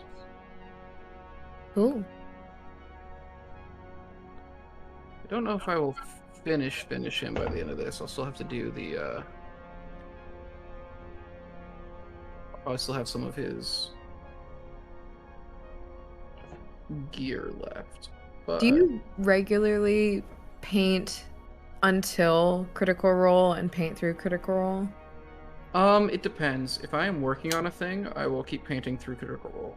Finish it on the hang, just to like get it finished.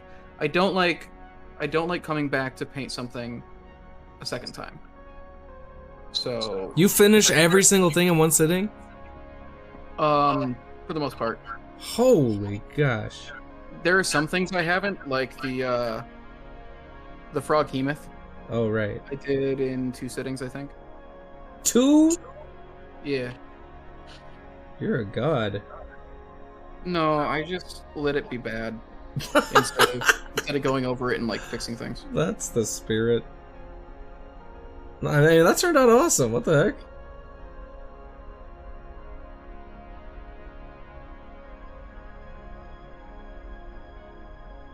He's Clifford the Big Red Frog.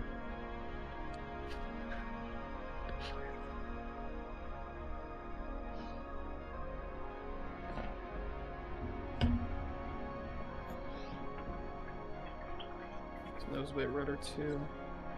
Let's get that stuff. Yeah, I think. You know what? He barely has anything. He's barely clothed. It actually won't take very long to do his gear. I prefer doing minis in one sitting as if possible. Yeah, I have a very hard time coming back to it after I've put it down. So I just gotta push through it. I just gotta get it done. At this rate, though, I'm getting 2 Free Blades minis done a week, which is averaging 1 an hour on stream. So it's not bad. That's awesome. I go between. I have to like decide before I start. Like, hey, this one I'm gonna do quick. Otherwise, Yeah, I mean, there are I'll pick it up definitely forever. ones that I spend more time on. When I was doing those orcs from Ragecraft, Oh, they right. like meant a lot to me, so I took a lot of time with those.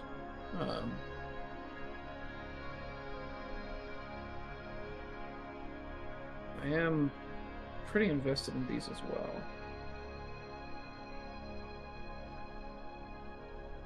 But they're also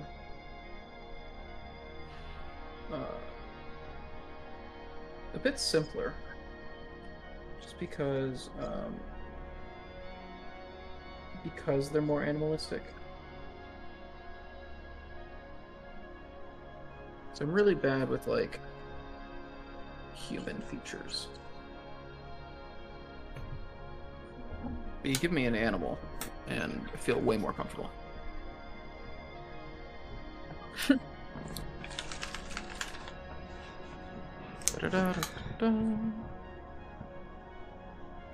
That's why skin is so hard. It's because we know too well how to recognize it. Mm-hmm. That's why I've just stopped using mine. I'm trying to like work against that stigma. This whole thing of like, oh well, humans gotta have skin. It's like, I don't know, man. Do you think that's why it's so hard to draw hands? Yeah. Like everything else is so easy, and then drawing hands is like impossible. So you're literally looking at a hand while you're drawing it. Yeah, you even have the reference there, but like honestly, drawing hands is so hard. You just see everything that's wrong with it. The more intimately No, familiar not you are, even that. the more intimately familiar you are with the thing, the harder it is to make art about it sometimes, I think. just because, yeah, like the whole veracity part of it is difficult because it's like, well, no, I've seen the full shape of the thing. Like I know the actual totality of what this thing is, and this script I'm writing or this painting I'm doing or whatever. Like, this isn't I'm too in the world. What was that? You're too in the world. Like, you're not removed enough to look at it objectively. Yeah, you got to be able to be as unaware of the subject matter as like a film school student, you know, whenever they make anything. God bless every 19-year-old making a mafia movie because they've seen Godfather.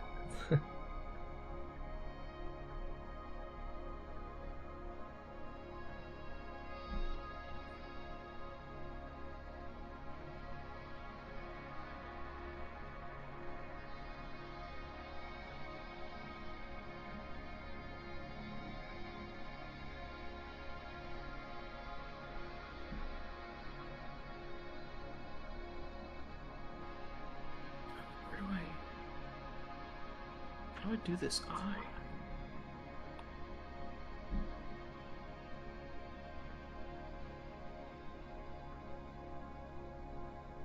This convo is putting the mental image of shedding hands into my mind.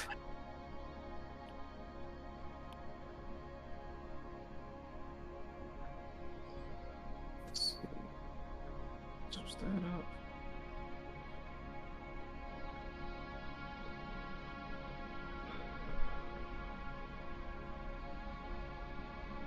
That in there. And this.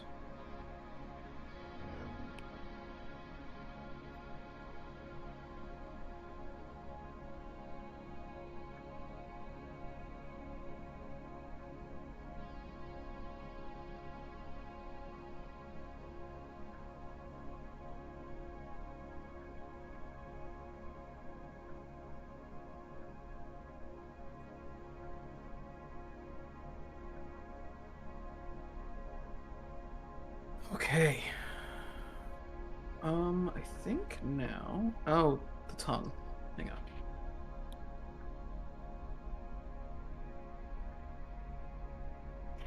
Don't. Come on, cat.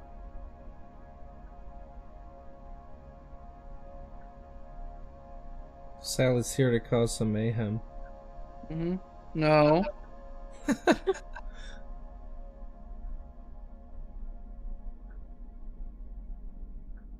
She's decided that it's been too long since I've paid attention to her. I guess we are wrapping up here. A couple minutes. I'm finally to my favorite part though, the wings. Womp womp. Well, sucks to be you. That's all the time we have for tonight, folks. No, I'm very close. I feel like I'm like 10 minutes from being done with this. I'm genuinely just at the really, like, just really quick, just hit these things. Where to put my white? There it is. I'm at the step where I would look at it and say, I think I'm within 10 minutes, and then I would need like an hour.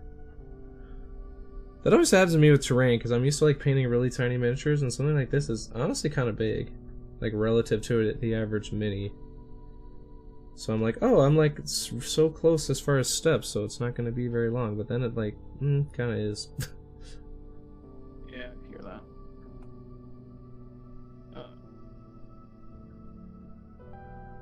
Just tap his little teeth.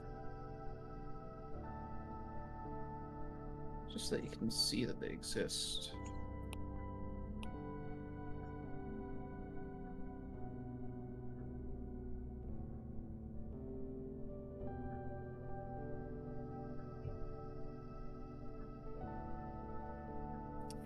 Oh, you are feisty. Yeah, Mace. I'm sorry. I've been on my worst behavior.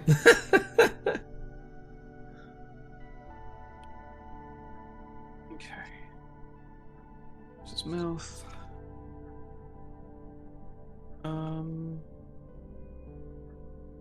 Let's get the leather done, and then that's basically it.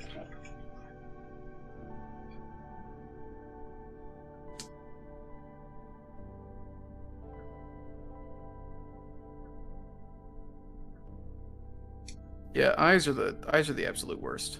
What's the best way of doing eyeball/pupils? I'm super new to this, and it's crazy hard. All my eyes look comically big and goofy. What do you think, Hamster? This is what I do.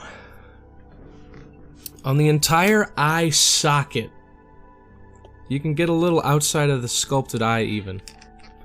I do like a pink, not super duper pink, but like, you know, kind of skin pink. For sort of like the outside of the eyes. And it gives you, it kind of cheats the area a little bit and gives you a little more, you know, a larger area. And then within that, don't do straight white. Like mix a little bit of that in. Hey. Because the big, like white and black is what makes it look like bug-eyed. But if you do this pink and then mix a little bit of that into white, it will like, you know, make the actual like blood around your eyes sort of blend into the eye, so like it actually reads a little cleaner because like your vision is almost blending it for you. But actually what you can do too is do the pink, do the pupil color, and then just fix it with the eyeball color. So like don't expect yourself to do a really tiny pupil, do a big old purple on there, and then just like cover it until it reads right. Just like dotting the eyeball color until both the outer pink and then the inner pupil is like the size that you want. Yeah, like a peachy pink. Oh.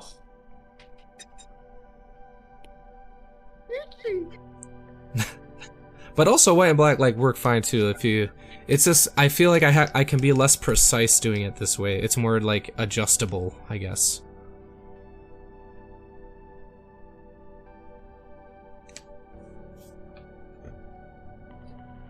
I wish I had something.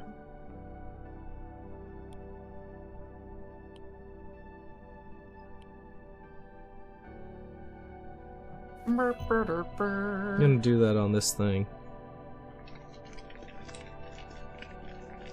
Yeah, pure white. I would definitely use an ivory or like a peachy white. Just cause it just looks a little more like authentic.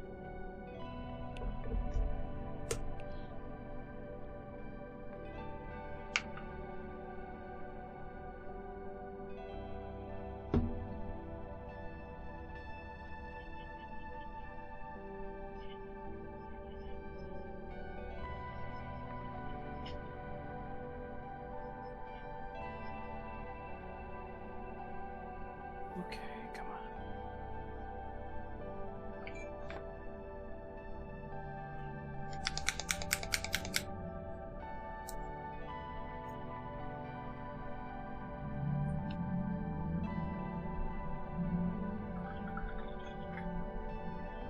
Oh man. Come on. Here, whoopsie.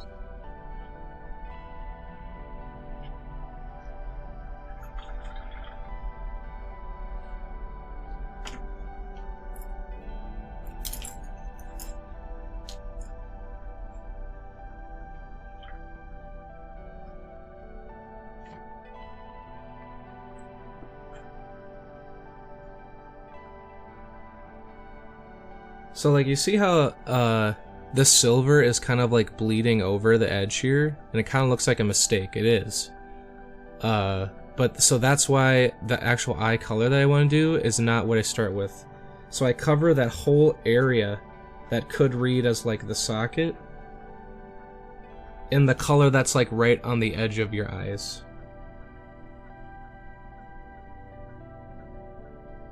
So I let it be like messy and flow all the way into that stuff, even this little corner right there.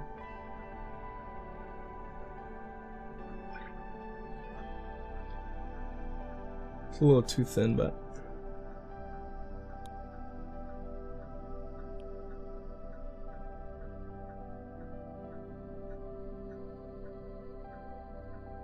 So then now you've made like the area way bigger for yourself.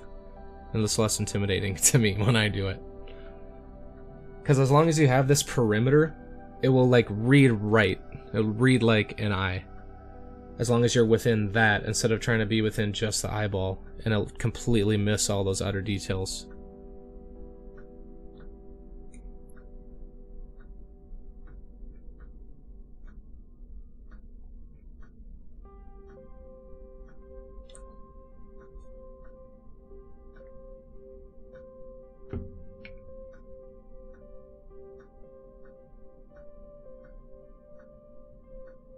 There's that guy. Have you named him? I haven't named any of them yet, and I probably should. Yeah, you gotta. They all have, like, names within the lore, but I don't think I'm gonna... Oh yeah, they have like the stat cards or something. Yeah, they all come with a stat card. That's the thing that's cool about the game, is they have, like, the depth of RPG characters. The other thing too I about... also want to name them myself. So with eyes too, you want the top part to not be super round. Because your eyelid like covers the top part of your eye. So if you make it really round, it looks like you're like this, right? So go from the top, and I'm starting with the pupil now, just with the eye socket.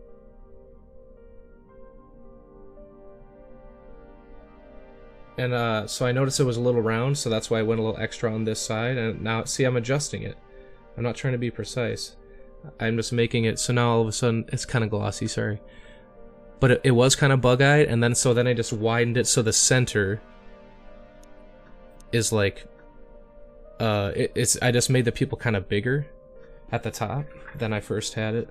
And then, now you can just basically like fix this with the eyeball color until it's shaped the way you want.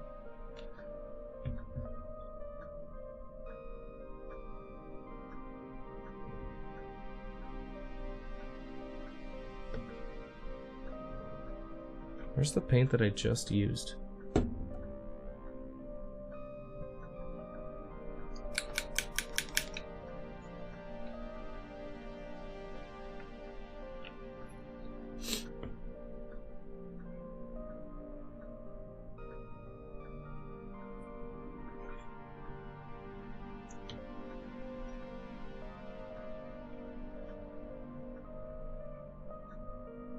See that bust that Taco's posted recently? No, but I want to see. Is it on the Discord? It's on his Instagram. It's like a dwarf miner prospector. He's got a little canary, I think. That's and awesome. He's holding something that's glowing. And so, like, literally the whole thing is done in, like, low light, with the light source being the thing he's holding in his hand, and it looks, the lighting looks so real. It's really absurd. What are you still doing here? What are you still doing here? Oh, it's 8:08. I didn't even notice. What are you still doing here? Yo, that's the best Kanye album. What are y'all still doing here? All right, Tyler's in chat. What do you want? Do you want to join? No, I don't need anything. I've been peaceful over here. You barge You've in. been peeing over here? Yeah. Little mole friend. That's why it's not a bird, it's a mole that he's holding. Do you have everything for Yeah, then I'm good. And then I even like changed the location of the pupil by doing this to make it this weird, you know, it's an eldritch eye, it's like doing a weird rolly backy thing, but that's just from me not painting the pupil that way, just like adjusting the eyeball that way.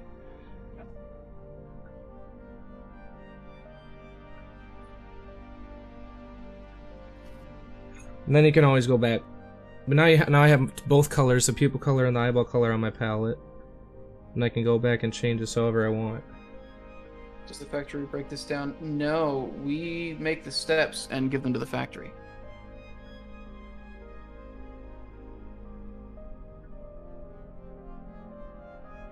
which is See, why... now it's a more like open eye. In fact, it's a little bit too big, so I'll go back. See, now you don't have to be precise. You can just be... Get it until you like it. Like that. Yeah, a huge part of Hamster's job isn't just painting these things, it's then being able to effectively communicate to people how to recreate it. Yep. And we go back and forth. You know, they'll do it a draft or two, and we'll be like, well, adjust it this way, adjust it that way. And then we say, okay, it's good.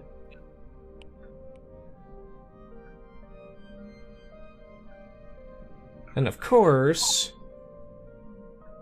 take some white.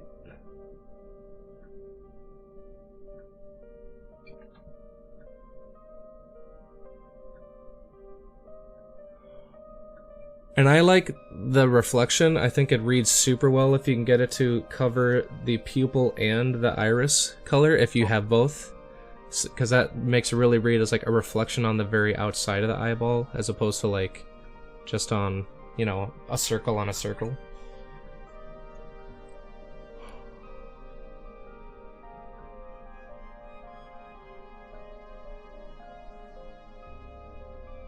Or you can do what I do and never paint eyes. For gaming stuff, a lot of times, just shade the crap under the brow. They're just a serious looking guy. Like they're brooding. My first mini, I was just like, yeah, he's just got super heavy set eyes. Yeah. And then sometimes I even, if I'm feeling really fancy, I'll take a really thin wash just to have a bit of the transition on like the eyeball color to the eye socket.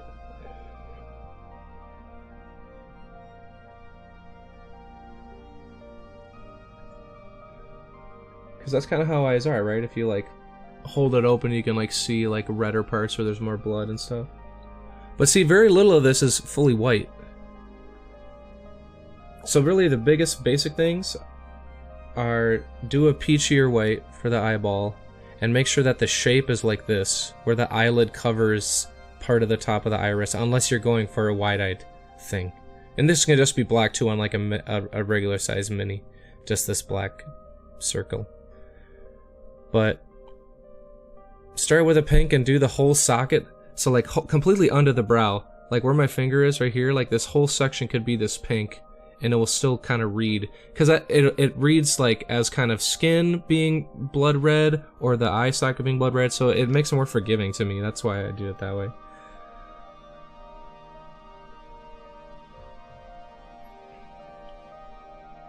If they don't bother to sculpt the eyeball, yeah, that does make it hard. That is when I just throw a good solid shadow under the brow.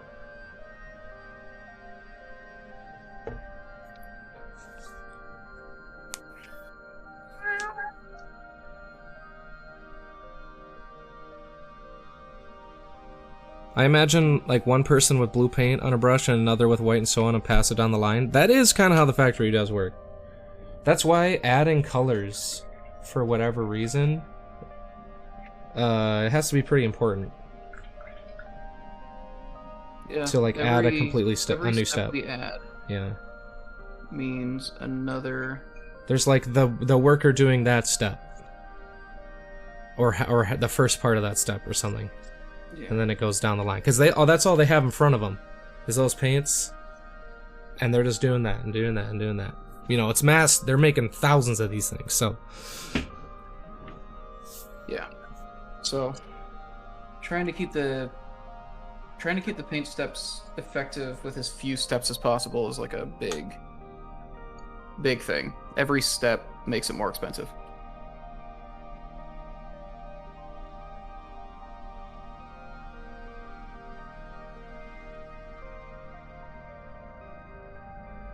They didn't bother to sculpt an eyeball, I ain't painting it. yeah, I feel that. And if you want to get really fancy, since I have this nice big eye here, I'm getting a little but the very outside of the iris, where the light part is, there is like a hard line.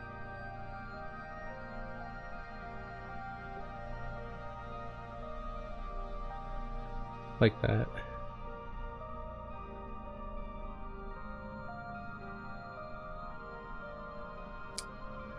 But, see, I can't do that on a factory scheme, where every one of these eyes is painted like that. But I do like how this turned out. I did try to do that with the gibbering mouther floor, and they did actually end up doing it. But that was when I was still learning how to paint for manufacturing, so I will not do that again.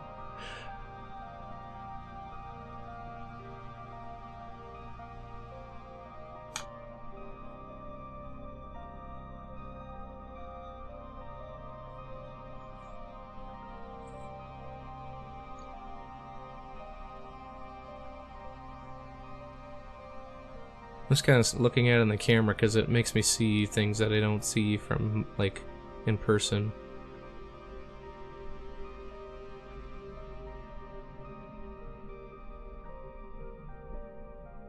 Imagine if all the eyes on this looked like this one. That's unreal, actually. That'd be so creepy. And they'd be looking in different directions. Oh, here's the other person that I have no familial relationship to. No, actually, Chris and Mace saw my idea for Golden Demon entry next year. It's a big Slanesh, large scale. Because Mace actually encouraged me to look at Slanesh stuff, which I haven't in years, and it actually has really cool stuff. That's the first thing that I saw when I was looking for minis when I got back, that I was like, okay, I know what army I'm going with. And I agree with your, some of your flags where you don't like how, the busts are on full display is how I'll put it. But it's not as bad in this era. Like I'm Yeah, used to no, old school where it was literally just naked purple bodies, and I'm like, that's fine if you. That's not for me. I saw some of those models, but then like what got me was this mini called the Lord of Pain, which I actually have in the office now. But I'll paint it later. But like I'm very excited about that army and their stats too, and like I'm very excited that you got that. I don't even know if you can call it a mini, but like yeah, that model. But for those of you that know GW prices, Mace found an online store that had it for $60. It was like literally half price. It was like 100 something, right? It was like $115 on the website, GW yeah, website. originally. Yeah. So I was like, yep. Yeah. It's like got this big like fan, like wing fan that goes all the way around and back. But I'm glad you're looking at the stats too. I mean, you saw how much Warhammer I bought for the office. I want to play some games of Warhammer. I know it is on the more complex side, but eventually I want to at least be available in the office. I'm very ready for wargaming whenever that is. No, but Warhammer specifically. Okay, I'm ready for wargaming. Warhammer is like a rectangle. Oh, you're just like good to go. Yeah. All right. I'm ready for blood, man. Man, I do have Gandalf on his horse that I will probably enter for Middle Earth category. Wait, this is Golden Demon? Yeah, you can enter once per They category. do Lord of the Rings stuff? Don't worry. Don't Lord of the Rings, yeah. Don't worry, I have 3 armies worth of miniatures for that as well in the office. Actually, one of which, though, is only dwarf heroes. It's all of the Hobbit dwarf crew, and you can fill a list's worth of points with just those, like, handful of dudes. So that's one army, and I have Nazgul, which can make a really low model count army. But then I have, like, the Pelennor field starter, plus fleshed out, so it's Rohan and, Mordor.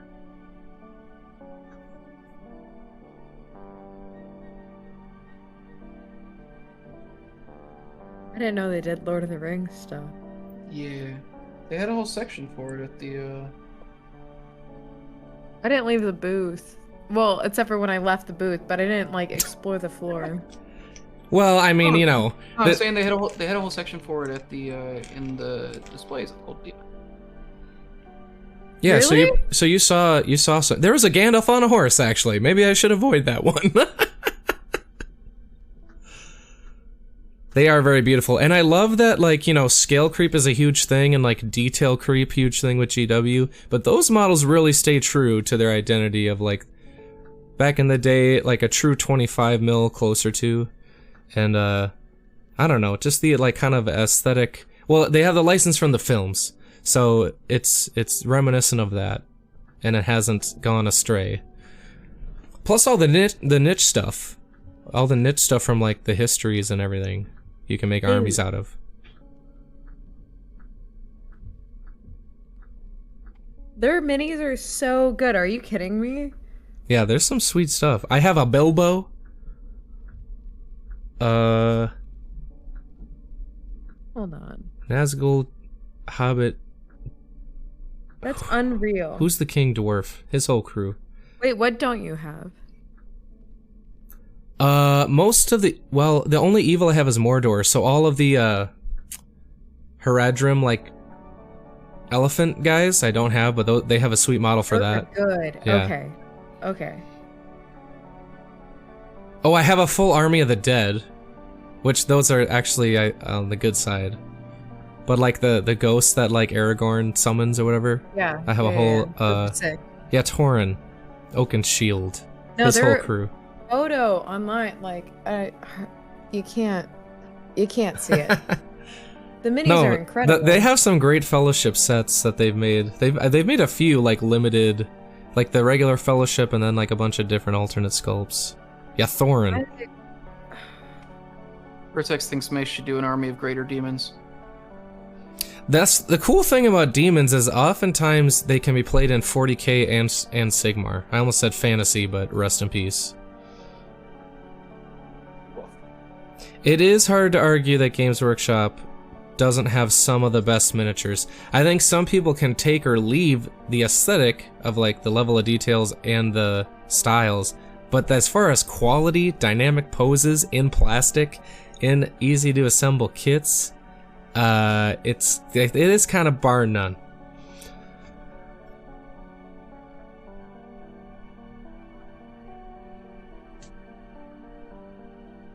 For gaming stuff, for sure.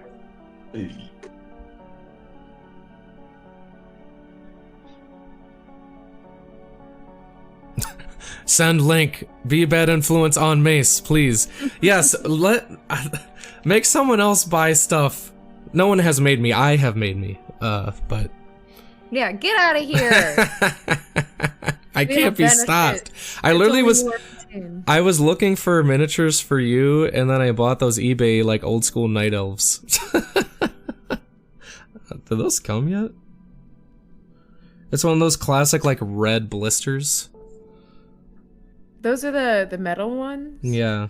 Those are cool. Those were good too. They ended up being cool, and they were Metal sealed. What's that? Metal scares me. Yeah, I mean, you just gotta figure it out. Plastic Yeah, is it easier, scares me but less than basing a mini, honestly. Like, not even basing, just assembling a mini. I don't know why, but it's all terrifying because I feel like those are the things that it's innocuous, it seems, but then like it can actually mess up everything. it's not that scary once you do it. Alright. I do like the heft also of metal minis when you're like playing with them. I would take plastic any day over metal, but still. Look at this dude! Wait. Look at his little fans. Oh yeah, that's awesome. That turned out sweet.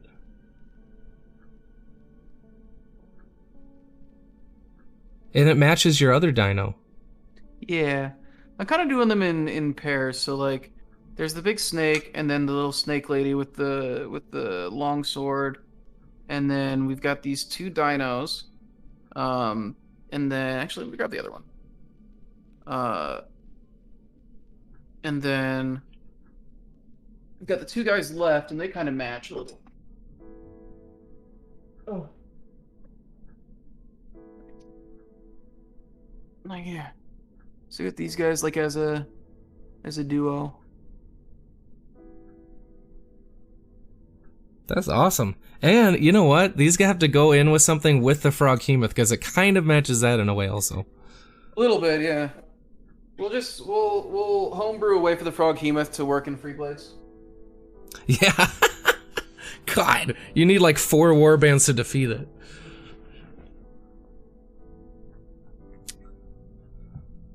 Let's see. Bam. Okay.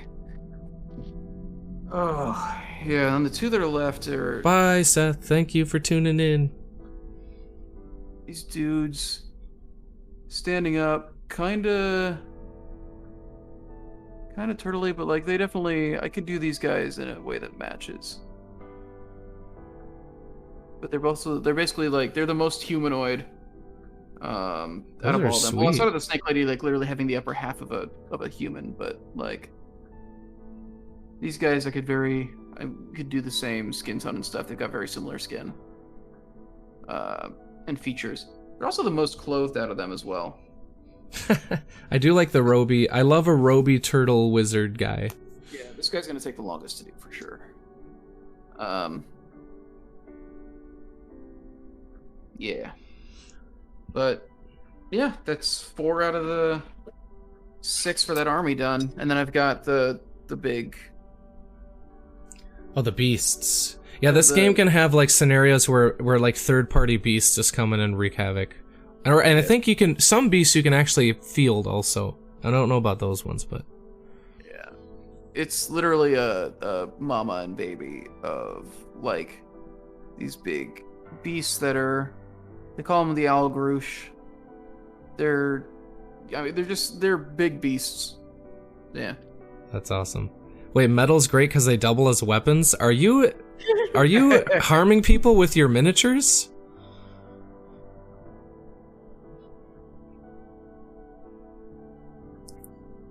Let's see.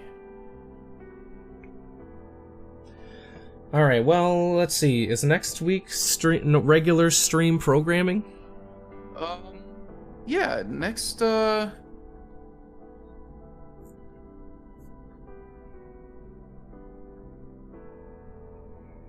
Yes. Yeah, next week will be, pretty normal. Not entirely sure what we're gonna do for On the Anvil, but, we're doing On the Anvil next, Wednesday evening. And then, Hobby Hang again, where if I don't just finish these guys before then, like I'll probably do them next week if I haven't done them at all yet. So is that did you get anything else at Adepticon? Shovel Knight. Oh, that's right. You'll have plenty to paint when you finish. I went all in on Shovel Knight. Look, I've still got like 80% of my Bones 5 stuff. Oh, that's right. That's right. Also, all of Bard's Son got here, which I went all in on Bard's Son. What is that? A board game? It's a board game by Steamforged. Look up the minis. You'll lose your mind. Specifically, they hit a stretch goal where they unlocked a Clockwork expansion with a ton of like these Clockwork. Oh my god, I already love it. Yeah, so I've got a bunch of those, and I'm very excited to find the time to do that. Yeah, so I've got all the Bard Song stuff. I still have 3 different Animal Adventure packs to paint up. I have enough to paint. I need to stop buying things. Yeah, honestly, I hit a point. I have to stop buying board games for the miniatures because I don't think I'll play the board games. But I'm talking, you already have fewer than I have purchased. I went all in on like 5 giant miniatures board games. I have so much BattleTech too.